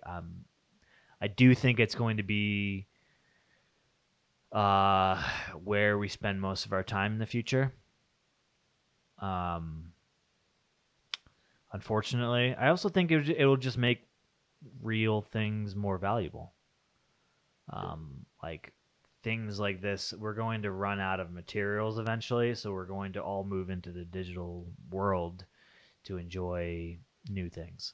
So it's like the new Blade Runner. I don't know if you saw it with Ryan Gosling. Mhm. It's pretty good. Um, but one of the things is that wood is very valuable. So he finds this little wooden figurine, um, back where, spoiler alert, where he grew up as an orphan, and he brings it to like this like pawn shop, what the equivalent of 2049 pawn shop is, and he's like, "Oh shit, you just got enough money from this little wooden figurine to get off world if you wanted to, like buy a passport off world." I guess that's like pretty valuable. I think that's what we're going to end up. That's where we're headed. Is like material things are going to be less and less manufactured. Climate change obviously is going to put a stop to a lot of production of things, materials, and we're just going to all shift into this digital world. It's going to allow us to explore and just like the AI thing, you'd be able to basically create your own world in a matter of milliseconds and live your wildest dreams in it. Right. And I think that it doesn't necessarily have to be VR. Mm-hmm. I mean, people, that's one of the arguments is, oh, VR is not good for your eyesight. Yeah. It makes you nauseous, which they'll eventually overcome. Uh, but it could be like AR uh, starting out and then Mm-hmm. transition to something else. But that still goes along with it. You don't need, uh, things hanging in your house. You don't need the TV on the wall or the bar in the fancy, well designed bar in your basement. Yeah. You can like design it easily through your. The thing yeah, the whole thing over your eyes is an augmentation. I think it's going to be something like Neuralink, where you just have this chip in your head and then you just like blink twice and now you're inside of the metaverse. Yeah. And then through the chip that's in your brain, you'd be able to feel, taste, smell things because it's going right to you. There's the interface to your brain, to your senses is high speed. Do you remember the episode of South Park where they went in the Vindaloop? Yeah. Yeah. Uh-huh. That's going to be an interesting time when you don't know when you're actually in reality, in your normal reality. And it's going to be kind of like doing a drug where you Mm-hmm. get out of it and like everything in normal life is just so depressing and boring looking because nobody puts any effort into it. Mm-hmm. There's a Bruce Willis film called Surrogates. I think that's what it's called.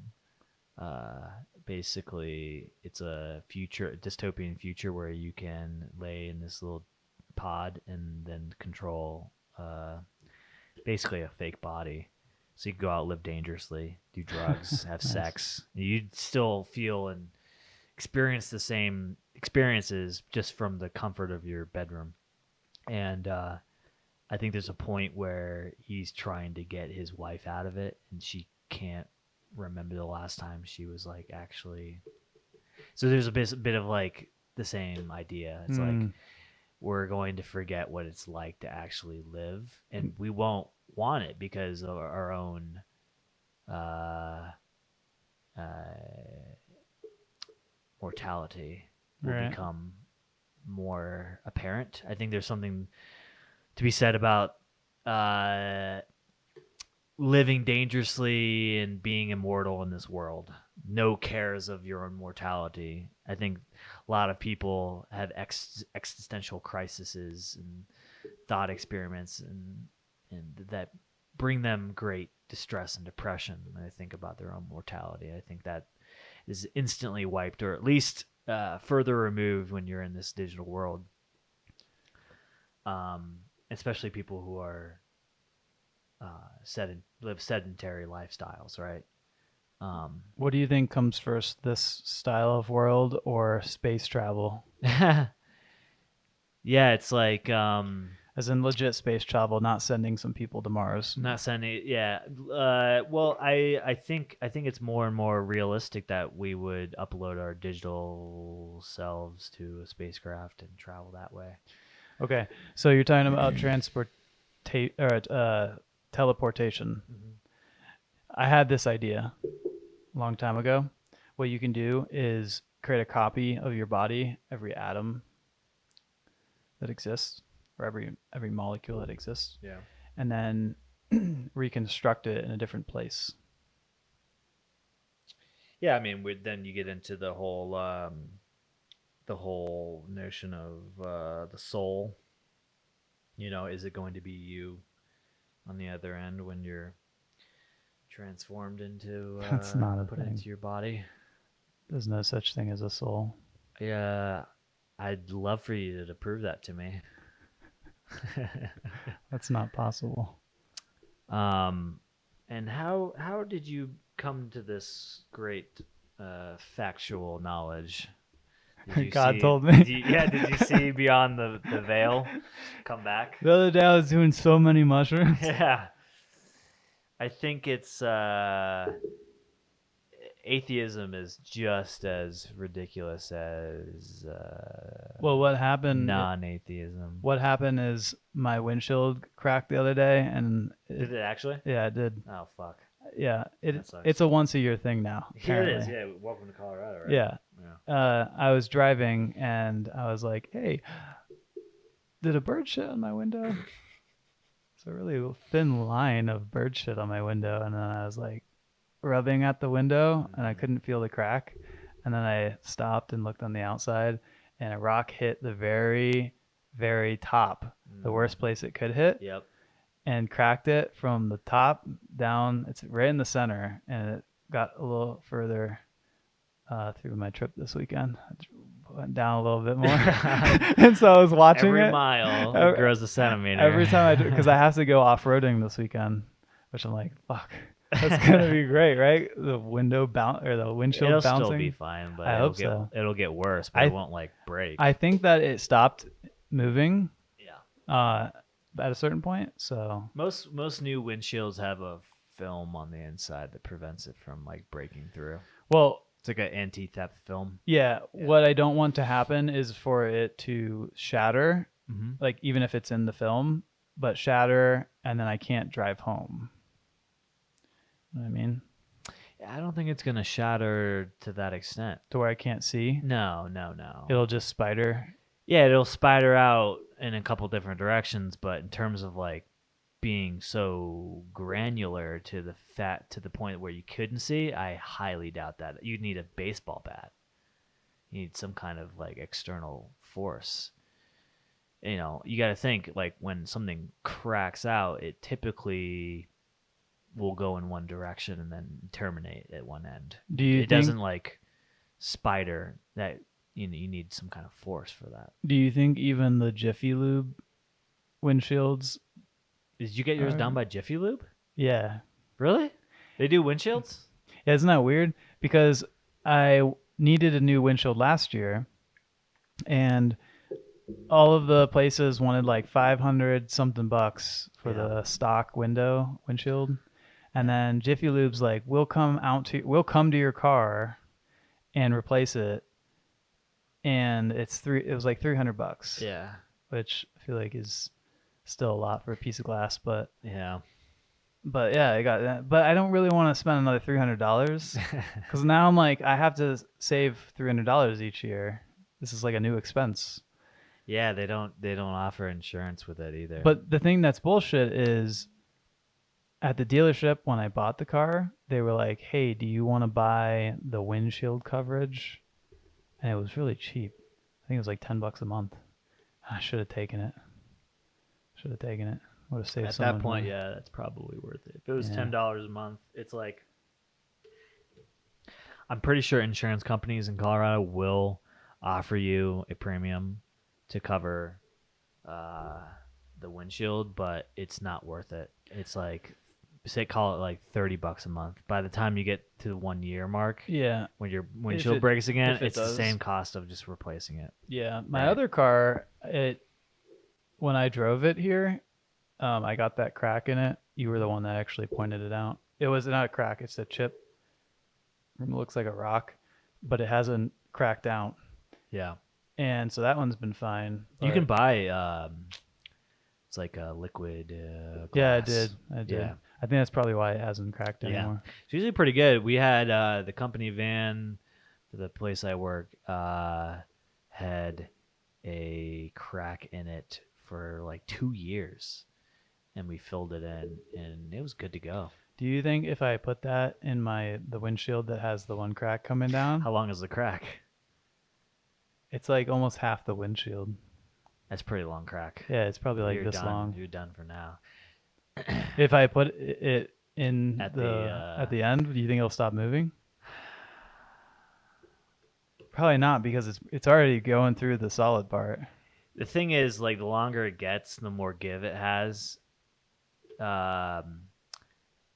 So you may buy yourself maybe a day. I don't know. It's hard to say. What do you mean a day? I don't know. How long is this thing gonna last? What's gonna happen? Well, I'm talking about for it to prevent it from moving more. Do you think that if I use duct tape, No. if I just duct tape the What about electrical Clear tape? tape. Clear tape. Clear tape? Yeah. Like Scotch? Is it clear over tape? the driver's side or the passenger side? It's in the middle of the windshield. Oh, damn. Yeah. Okay. So it's That's fine. not too bad. It's Yeah. not blocking my view or anything. Yeah. And even if it was, it's easy to look past it. Yeah, you can just drive like this. Yeah. If you're my wife Janie, then it has to be replaced the next day because she has like a thing about like dirty windshields. Even if it's a little dirty, she's like, wash your windshield. Like I can still see out of it. It's fine.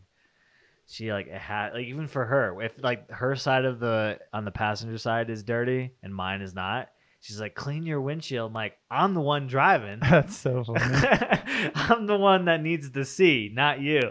She should have seen my windshield this weekend. It was like So dirty. oh many bugs. Really? I probably hit at least 1,000 bugs No shit. on my drive. Yeah. Did you have to like go to the car wash and stuff? No, I'm bringing it to the car wash tomorrow. Mm. But I did get rained and hailed on, and it actually cleaned them all off. Oh, you got hailed on the way back? No, while I was there. While you were I went there. to South Dakota this weekend to Yeah. Custer State Park in Badlands, and in Custer, we get there. The day we get there, we're driving around doing some things, and then it's getting a little bit later, maybe like 4 o'clock, and we're camping there that night. And so at 4 o'clock, it starts raining, and we see this wasn't what the weather was supposed to be, but it says severe thunderstorm warning. So we're like, shit, we had to camp tonight. Hope we don't die. Are there tornadoes in South Dakota? I don't know, but it seems like one of those states that might have one. You know what I mean? Yeah. So I'm Middle thinking America. we're gonna be okay. Maybe we'll find a hotel.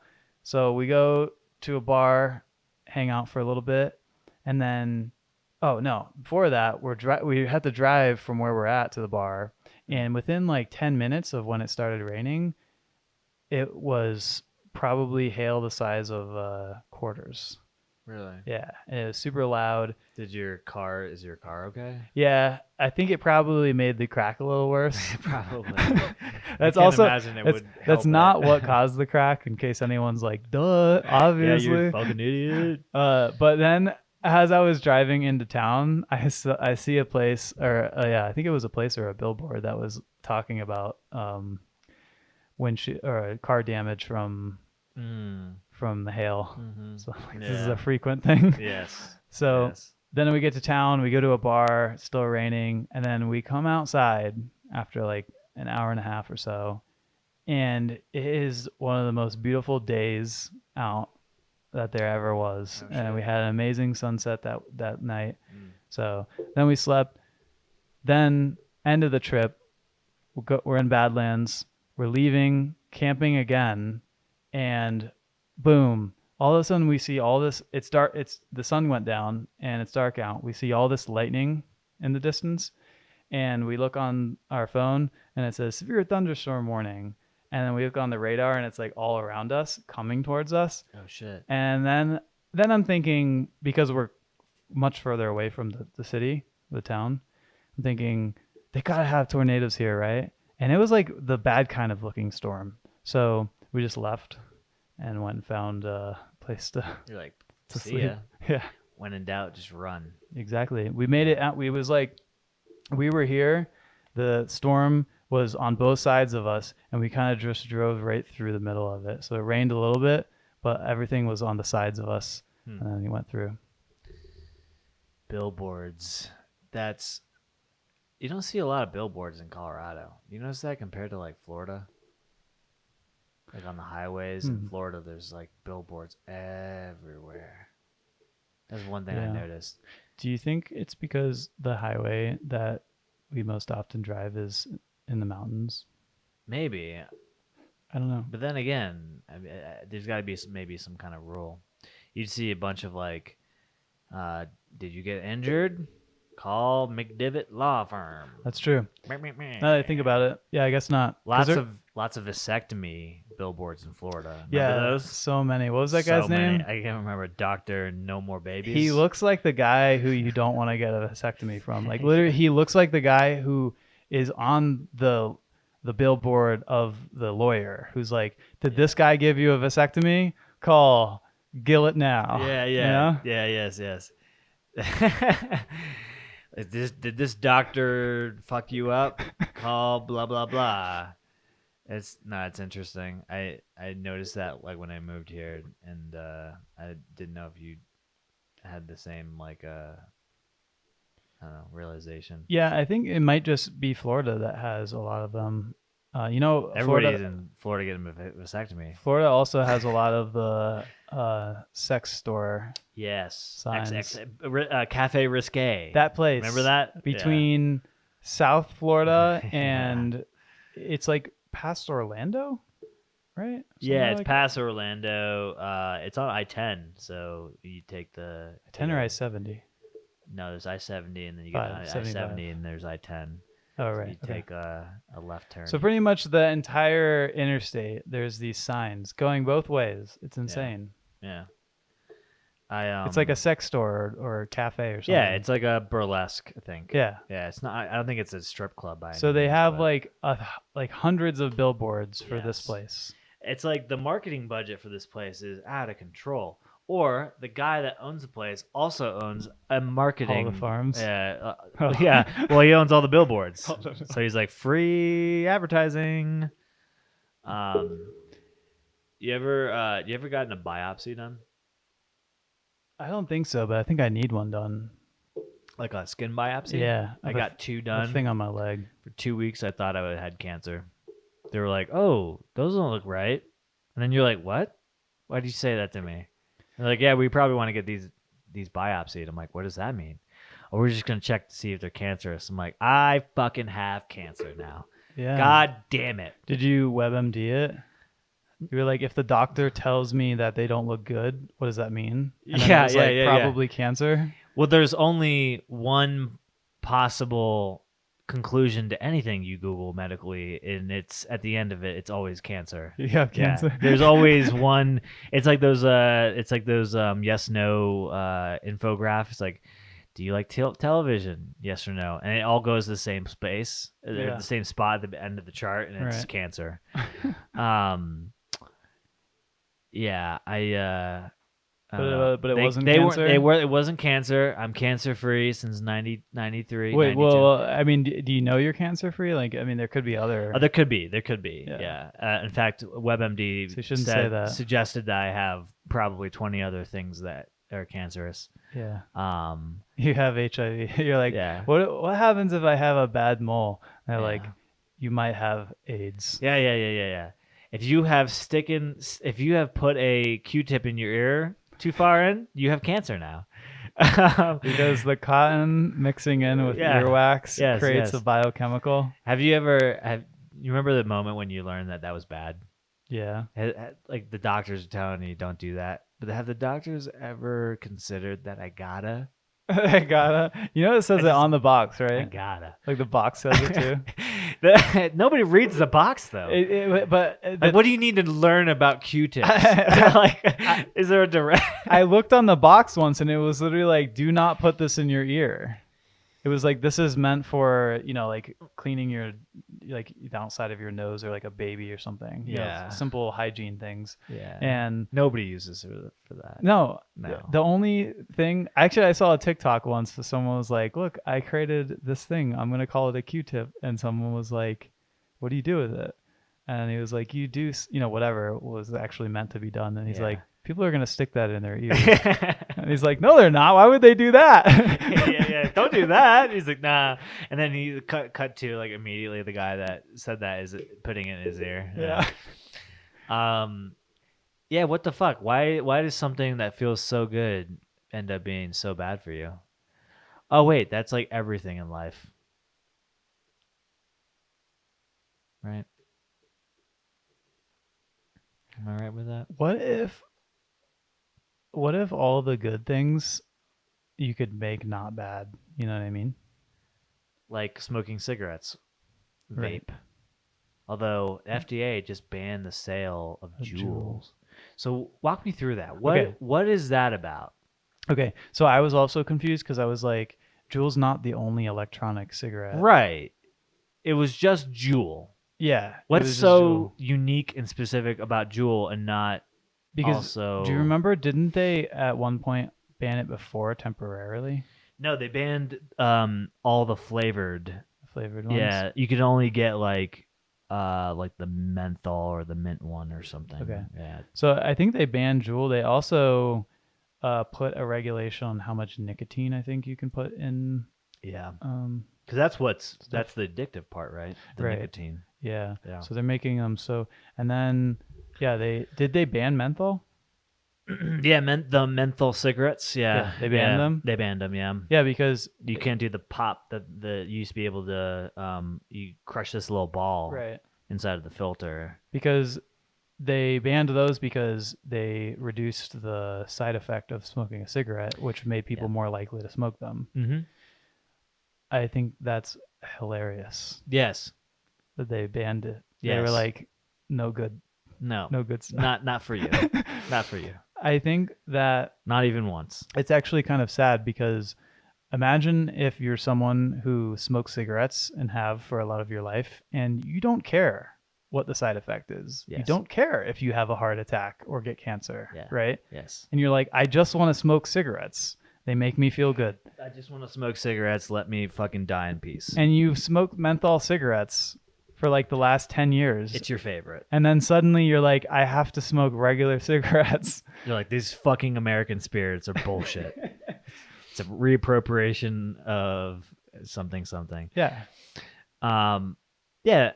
I mean, there's something to be said of the danger of cigarettes, but there's also something to be said about personal sovereignty, right? I mean, you are an American. You should be able to do with your body what you want. I personally do not smoke cigarettes. I think they're pretty nasty. I've smoked cigarettes before, not regularly. More of a just like a hey, I want to see what this is like. Take a drag or two, and it's fucking exhilarating. You get a massive head rush, especially if you don't smoke cigarettes. That head rush, I've heard it goes away pretty quickly when you're smoking one or two. I think it's like after the second cigarette that goes away. Yeah, and then it's now just upkeeping your nicotine habit. But, right. I think that is why you just need to have one and then don't smoke another one and then smoke another one. Yeah, just and then you're not getting addicted to them, Yeah. It's like alcohol. Just have a drink, then I don't drink, then I drink again. So why did the FDA ban Juul? I feel like it's probably someone Because it's doesn't like someone else. Is it? I gotta think that the whole youth thing, getting young people addicted to nicotine, has an effect on their decision. It says that there's a lack of evidence demonstrating the overall safety of the company's products, and noting that their disproportionate role in the rise of youth vaping. I was right. So they'll just make a lack product called of Yule. evidence isn't convincing to me. Do they have evidence that provides a counter argument to the safety? Is there a lack of evidence to the unsafe nature of these? Well, that's like if you buy marijuana in the state that it's legalized, it says on there, it's like this probably could be like could kill you, it could give you cancer, but nobody knows and nobody regulates it, so you can buy it. So marijuana is not approved by the FDA, right? Right. Now, the FDA, the headline I read was FDA bans the sale of Juul in the United States. Does that mean now you are not able to sell Juul? Or is it just not FDA regulated now? Because under that logic, one could say that marijuana is also banned. So Juul won an emergency court order temporarily blocking the decision, so they're still able to sell it. So now it has to go to the Supreme Court circuit? I guess so. Yeah. But the thing is, then what? Okay, so say the FDA says this is super unhealthy, we're banning it, And then Jewel's like, hey, but hear us out. And then some judge somewhere is like, yes, Right. you have to hear them out. And then the Supreme Court's like, yeah, we don't think you should be able to sell it. Does Jewel pay a penalty for that? Hmm. Because, like, what if I committed massive fraud and then they were like, you're going to prison? And then I was like, yeah, but hear me out. And then they were like, the judge was like, yeah, hear him out. And then I like fled the country and went to Panama. That's an actual thing. Yeah, that's a thing. That's how the American justice system works. Yeah, I'm failing to see the relevance in this the Jewel situation. It's probably not relevant. My point is that you know how sometimes the president uses that executive power thing Yeah. and he's like, uh people can't come to America anymore. And then some judge is like, yes, they can, or the opposite. Like Mm. anyone can come into America. So imagine if Biden was like, the border is open, Yes. and then a judge in Texas was like, no, you can't do that. Right. Federal judge, Yeah. uh, because it breaks the law or something, Yeah. right? It's kind of like masks. Yeah. Yeah. So then, whoever, I don't know who decides after that, Supreme Court, I guess. Supreme Court. Yeah. Yeah, they're like, yeah, you did break the law by doing that. Now, does Biden get in trouble because he broke the law?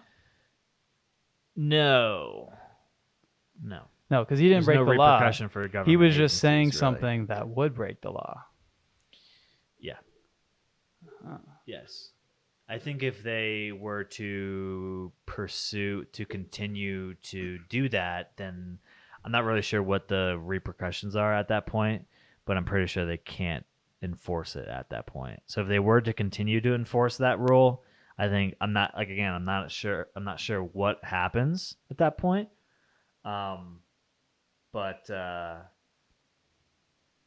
So then, I'd like to know what happens at that point though.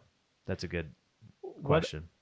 happens when, let's say, Biden was like, hey, we're going to forgive $10,000 of people who have student loans? What if he signs some executive order that does that, right? Mm-hmm. Whatever that means. And then it starts happening. People start applying for it. Some people get it. And then there's a judge who's like, no, this can't be a thing. And then the Supreme Court says, no, that's not a thing. Do the people who got the money have to now pay it back? I think what happens is immediately after the ruling, it gets filed for appeal. Immediately. I So it's think probably like so. a certain amount of time after you can't. I think. And again, like this is just me being, and I'm a moron, so I don't really know. This is. I would assume that as soon as it's appealed, you couldn't release funds to repay or forgive debt. That it would have to be then reviewed by a judge, and then after that ruling, you could proceed. Okay. So now what happens if at some point the Supreme Court's like, yeah, you can have an abortion and the government can't stop you. And then you have an abortion and then the government's or the Supreme Court's like, actually, you can't. We were wrong before.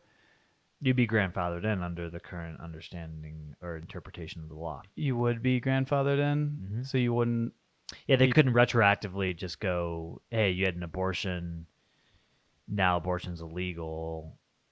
Now you have to pay a fine or serve jail time. That's my understanding. I would hope so. I would think it's fun. Yeah, exactly, right? That would be insane. I don't. Yeah, no. That's if it sounds insane, the likely answer is that it is. It's all a little weird, and it's really weird to me that like the president can do something and then a judge in a random state can just say no. You know what I mean? Yes. Like Congress or whoever or whatever. I don't know what the rules are depending on what branch of the government, says what or does what or passes what or signs what things. But like you remember the Affordable Care Act, Mm-hmm. I believe it, yeah, all three branches approved it. They Yes. got it through because the Democrats controlled all three branches. They got it approved, and then it still had to go to the Supreme Court. And the Supreme Court ruled that having that mandate where you have to pay the tax, blah, blah, blah, is okay. Now, what? Is that because a judge said no? Why did it even need to go to the Supreme Court? Is it because someone sued and said, Yeah, please? I'm sure there was some opposition to it. You know, it's very rare that we see a partisan or a bipartisan agreement on issues. I think the last thing was like the daylight savings thing that they passed. I Yeah. think that was a unanimous decision. Right. That was a very rare time in our history where both sides came together and agreed on an Well, issue. why? But then they didn't follow through. It never went to the other. What was that? You know, it's also weird. They do It did. It went to this. It went to the Senate, and they passed it. and it's changing now. Yes. No, it's not. Yes. When? Look it up. You didn't know about this? It wasn't just like they were like, yeah, we approved it. And they were like, okay, what happens next? Nothing. Business as usual. Yeah, they get rid of that shit, dude. I think. I also, just spoiler alert, I'm fucking stupid sometimes. Huh. That's also that's a comedic thing that the guy pointed out. Stereotype is when you sing your punchline. Is it? Yeah. Like I love White Claws because I'm a degenerate. It's a very overused comedic mannerism. It says that it's stalled in the House. It's stalled in the House? Yeah, because Those motherfuckers. It says that Congress has likely set the issue on the back burner as they face more pressing issues like the Ukrainian conflict. Oh my god. Okay, so So you're telling me They that list- Putin's responsible for the clocks changing in the fall? That's bullshit. they list two things. Like, what's going on in the world? Ukraine, COVID, inflation. Three things. Do they only vote on three things every year? Like, they can't just fit another one in there? Yeah, it's like I learned that the Supreme Court votes on issues they're going to take on. Right. Yeah. What do they do the rest of the time? Like, do they also work Fiddle fuck 40 around. hours a week? Decide to remove women's rights. That's what they do. Yeah. Basically. Fuck that shit. It's I don't know. We have to publicly announce that we are for women's rights on this podcast. Yeah, of course. So all you guys listening, the two of you guys that are still listening, we support. Thanks, Bob. With Bob. Yeah, we support a woman's right to choose. Not afraid to Should say have that. announced that at the beginning. That was probably the intro that you didn't write.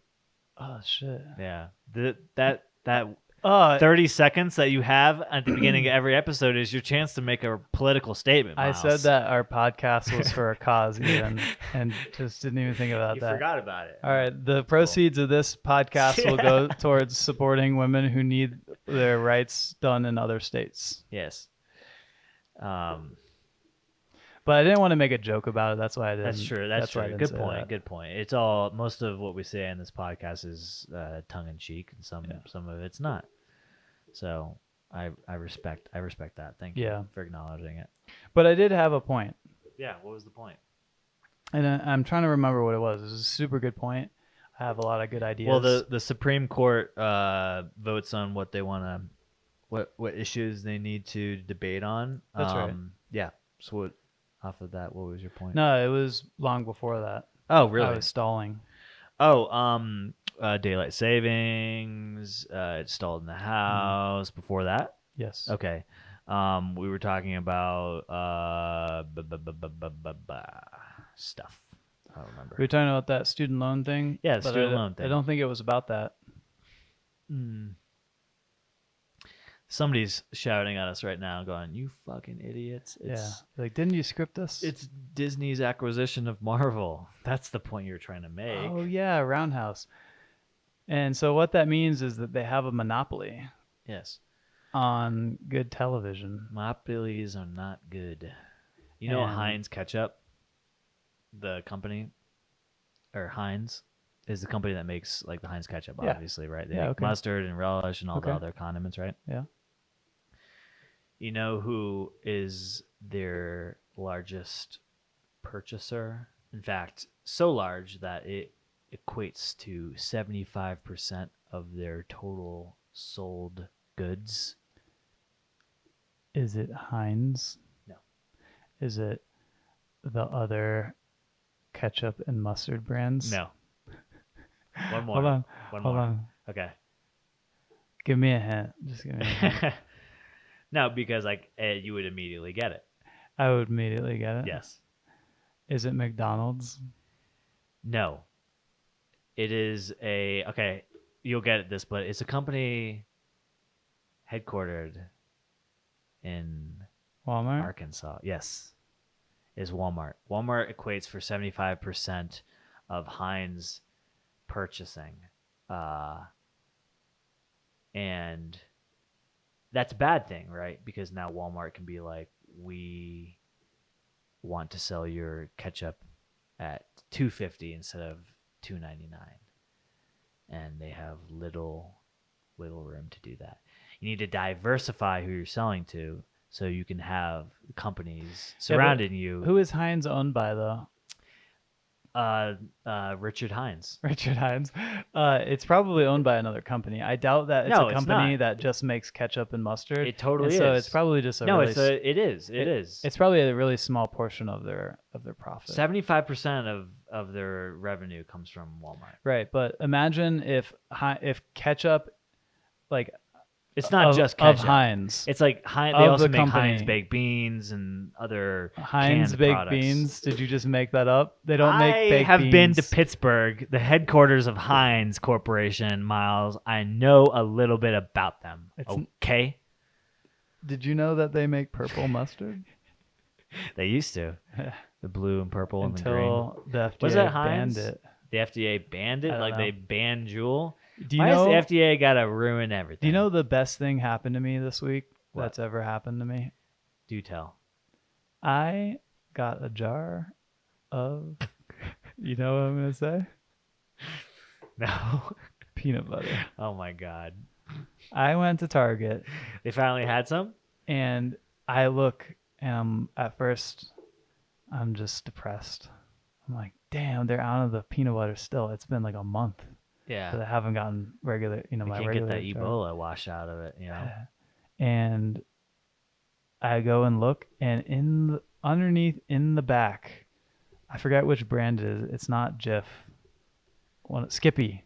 Oh, yes. They have Skippy Natural. That's why it was there. Oh, yes. Skippy Natural, creamy. At first, it was the chunky kind. Nobody likes the chunky kind because that's always the one that's there. Yes. If there's a jar of peanut butter, it's the fucking chunky peanut butter. If you like the chunky peanut butter, you're a sociopathic fucking crazy person. Yeah, so that's all redundant.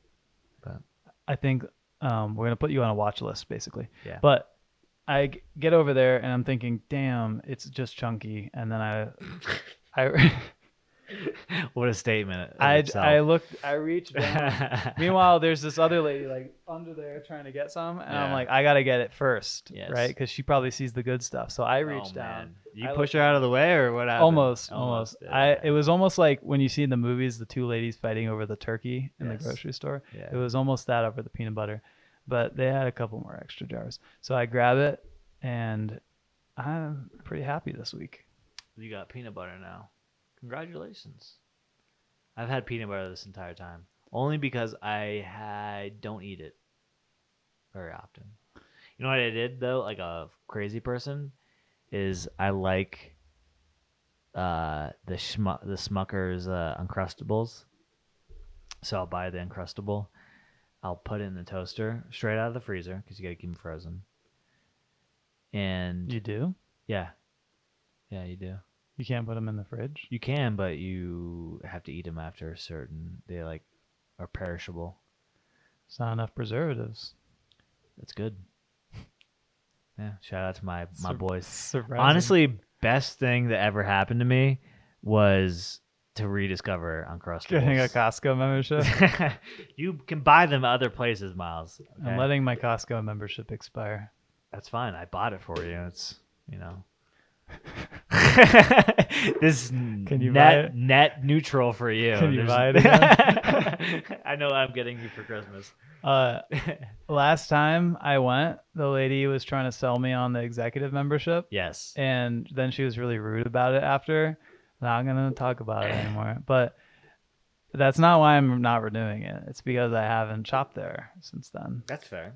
Yeah. And who the fuck was right? What do you mean? Who the Was fuck she was right or was I? You have to spend a certain amount in order to For it reap to the be worth it. benefits of Exactly. executive membership. And guess what? I didn't. I feel like you're doing that. You don't go shopping there out of spite for this Just to interaction prove- that you just had. to prove to her. I'll show her. I'm not coming back ever again. The thing is, she tried to make me feel bad about not making an impulse purchase. Yeah, because I'm sure They make money off of that. They have to make money off that's of it. how they make their money. Right. Yeah. And so I'm not a fucking idiot. Okay. And so I didn't buy. I was like, I will be here again. I Listen, can buy it next time. The last time I went to Costco, I spent like $450. Okay. Now, I'm going to get a nice fucking fat check at the end of the year from my executive membership. I'm going to get 2% back, Mm-hmm. and it's going to be super nice, and it's going to pay for my membership. Right. Some people don't use Costco the same way I do, and that's okay. Right. So you just get the lower entry level Exactly. membership, and you're fine. And then I don't get told that I'm an executive. Yeah. There's a bit of like swagger in my step when I walk through Costco because I'm like, sorry, executive coming through. Yeah. Get the fuck out of my way. I'm an executive. It's like when you go to a hotel and you're part of their Yeah. rewards thing, and they're like, "Oh, thank you so much for being a diamond member." Like, why do you? That's such a weird thing. What am I? How are you supposed to respond? You're welcome. No, you go, yes, thank you. You just Yeah, say, I thank you. deserve this. Yeah, you're like, I've thank earned you. this. Thank you for saying thank you. Yes. I really appreciate it. Actually, what you say is, I'd like to speak to your manager. This is bullshit. Actually, one time I had diamond status with Hilton for a while. Actually, Yes. I still have it because of the pandemic. You probably could get diamond status just from having the Chase rewards card or whatever the fuck you have. No, not with Hilton. But They don't match? no, they don't. No. They give you gold status with Marriott, and then if you stay 3 nights within the period, You get know it for a it. lot about this. You must have been doing a lot of research recently on credit cards. I did a lot of research a long time ago, and so Oh. I look at them every once But in a while. things change, man. Yeah, they change. I just got one of their credit cards, so that's why I know it. Gotcha. Yeah. All right. And I have 3 months of Marriott Gold status now. Yeah. So where are you going? Where if you so they give you, what they do is they give you 3 months, and if you stay 3 nights within the 3 months, Right. somewhere, not consecutive, the just entire year. they'll give you until February 2024. Yeah. Okay. Oh wow. Wow. So kind of like a year and a half from now. I stayed at a Marriott property this weekend. I am staying at one on Friday. Okay. It's not tomorrow. All right. But I didn't have gold status when I booked it. And Time to rebook. I booked it with points from a different credit card. Yeah. Right. Yeah. Right. So the thing is, it's weird because the whole thing about the credit cards, like Mhm. Chase credit card or Citi credit card, they want you to book travel stuff through their portal. Yes. Because they make some money off of it somehow. Well, it's. I found it to be a little more expensive. Sometimes it's actually cheaper. Yeah. Sometimes. And or it's just the same. Yeah. And they want you to book through there, and they'll give you some kind of perk for that. Yeah. Extra points, whatever. Also, I should mention, sorry to cut you off, it is a little harder. I feel like it's a little inconvenient to have to book through them. Totally. Because then when you have an issue and you're like, hey, I want you to fix this, they're like, well, you have to go to the person you bought it from. You didn't buy it through us. Also, you don't get to use your status through that. Yes, right. Correct. So they want you to do that. They make money off of it. It's a thing that they try to get you to do. Sure. Then they offer you the Marriott Gold status. And part of the deal is you have to book through Marriott, not the Chase rewards. So you can't use your rewards benefits. So you can't use your rewards benefits. Well, you can't for the 3 nights. The 3 nights, yeah. Right. Yeah. And they're essentially trying to push you to stay with Marriott because they're giving you status, which now in order to use your status at Marriott, you have to book through Marriott. You can't book through a travel agency. Yes. And so they're like now trying to push you off of their reward, but it doesn't make sense to me. It's really weird. Huh. Yeah. There's somebody smarter than us that were like, you're doing it wrong. I think that Marriott just pays them a bunch of money. Yeah, probably. Either that well, I mean, the or thing is, the like, other. they're hoping that you stay 3 nights at a Marriott, you have a good experience, and now you're a Marriott guy. Right. Just like you were a Hilton guy for a while. That is true. I did primarily stay at Hilton Properties. Exactly. So they're for them they're looking for capture. They're not looking for necessarily short-term gain. Yeah, Marriott, but Chase Yeah. wants you to book on their website, not Marriott's. Yeah, I mean they also just want you to pull credit. Anyway, one time I was going to one of the Hilton Properties and they didn't treat me You didn't get your 2 water like bottles? a diamond member. No, they didn't give me anything. And they cookies? didn't say thank you for being a diamond member or any of the other stuff. And I felt less important. Yeah. Did you complain? No. I would never complain about something like that. Imagine. You write a complaint. They did not say thank you. I am calling bullshit because the manager forgot to say my pleasure. I'm going to Chick-fil-A to get my fix. Actually, one time I went to one of those hotels and they had diamond member parking, and I parked in it. But then I thought, like, how do they know? Yes. They don't know. No. They didn't ask for anything. Usually when you check in, they're like, do you need parking? Yeah, that's if you're more like in a city or something, though. Yeah. They asked me this weekend, so I was like, Where did you go? the Jacquard in Cherry Creek. Oh. It's a Marriott, like. Did you say yes or no? Autograph property, whatever. No, I parked in like the one across the street for $6. But it was like a whole ordeal. There was like a discount on parking because of this art festival that was happening. You know what I hate? I hate going to a hotel that's too fancy. You know what I'm talking about? Like, No, that sounds like such a privileged thing to say. Why would you say that? you gotta valet the car.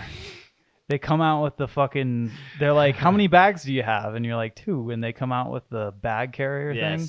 They have the bellhop person. Yeah. They have like the guy at the elevator who presses the button. I'm like, I can press the button. Wow, you're really complaining about arriving at a property and having all the things taken care of. No, for you. I don't want those things. I do. You're paying for those things. I don't want them. I want a very nice hotel without those weird, awkward All those things people. are free. You gotta tip the guy. You gotta tip the guys. Yeah, but you have to. That costs money, and you're paying for their salaries. you're supporting a local economy, Miles. By They can tipping have those other guys. jobs besides awkwardly standing there and asking me questions. Man, now you're speaking as a true capitalist. Here's the thing. If I'm going to the hotel, I don't want to be asked questions. I want to get checked into my room and then do my own thing, right? I don't need the guy asking me how my day is, what I'm going to be doing later, if I need That's recommendations. the personal touch. Yeah, What but if you did need recommendations, though? then I'll go to the front desk and say, hey, do you have someone who can give me recommendations? Don't But assert they're like, yourself into my life. Didn't the guy at the door ask? That's what they would say, probably. Now you're bothering her, the front desk lady. She's like, fuck you. We asked you when you got in here. Why does it have to be a woman? It doesn't. But more often than not, it's usually a woman. In my experience. That's I'm actually going off my probably true experience. for my experience as well. Yeah, It's a patriarchy. yeah, it is. It's unfortunate, but it is a reality. Maybe it's because women are nicer. It could be, but that's also a stereotype. You sexist asshole! How dare you? You know, it's weird. I'm just saying because testosterone makes you kind of an asshole. And when I say you, I mean you because you're doing steroids. But yeah, yeah, it's totally. it's How do I look? well, let's just say that they're not working. They're not working. You've been getting ripped off. Billy, that's selling them to me, has You're been jipping me you're off. probably just injecting PCP. Yeah, it's honestly just cornstarch. I'm just full of cornstarch. Wait, is cornstarch a solid? Kinda. Yeah, it's like halfway. Yeah, it's cornstarch is a solid. Yeah. Yeah. But steroids are liquid. Yeah, but it has a viscosity of something that you could inject. I feel like inside you. you wanted to say high fructose corn syrup. Do you want me to say that I boil it on a spoon Do you know and why? inject it? Do you 'Cause know I why that we use high fructose corn syrup? will. I want to say that it's out of convenience. Why would it be out of convenience? It's easy to process. There's lots of it, and it's very sweet, and it's a solvent that you can add. But why is there lots of it? Because corn's subsidized. There's lots of corn made in the United States, and I think it's one of the byproducts of it. Yeah, you're right. Yeah. Yeah, actually, we produce too much corn, more corn than is needed, and so they needed somewhere to put the corn, and so they produce lots of corn syrup from it. Lots of our agriculture is heavily subsidized. That's what makes Yeah. it inexpensive. Right, because farmers. Thanks, Obama. Yeah, it was actually Jimmy Carter. Jimmy? Good old Jimmy. Yeah. It wouldn't surprise me. That guy, he's still alive. I know. What the fuck? You know, I saw an interview with Bill Clinton Yes. on Jimmy Fallon. Yeah. That was the other day, right? Yes. Dude's looking good. I actually thought the opposite. So I say that because I have thoughts like thought the last time I had seen him, he was looking like death. Like a ghost? Yeah. And he looked a lot better than Yeah. what I remembered him looking like. And maybe he was just wearing a lot of makeup. He was definitely wearing a lot of makeup, but you could see the cognitive decline. Could you? Because I only saw a clip and it seemed like he was cognitively there. I saw the clip. I thought I was expecting more. I would say. Okay. I mean, he had like stories to tell. Did you watch it? I did. Yes. Oh, okay. I didn't. Yes. I just saw a clip about the UFO thing. Yes. You Yeah. They saw asked that? him about that. Yeah.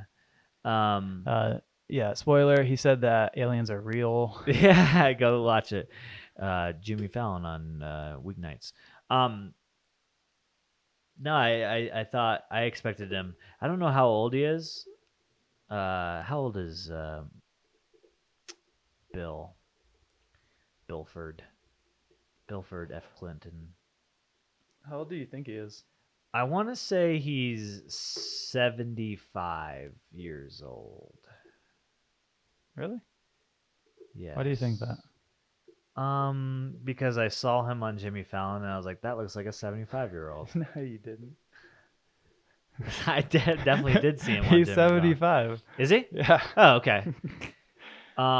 That's crazy that fucking Joe Biden is older than former President Bill Clinton. Yeah. All right. So is Donald Trump. Yeah. God damn it, these old fucks. Yeah. Hillary Clinton's 74, which I didn't realize. Yeah, they're. I watched him. And I was like, "Dang, he's old." I expected him to be a little bit more sharp, but, yeah. I guess I also thought from that. I thought, when was the last time I heard or saw Bill Clinton publicly speak on something. You know, I think during the entire 2016 election, they were like, "Shut the fuck up, don't say anything." Just like Yeah. stand next to her and wave. Right. So I don't remember from that cycle hearing a lot from Bill.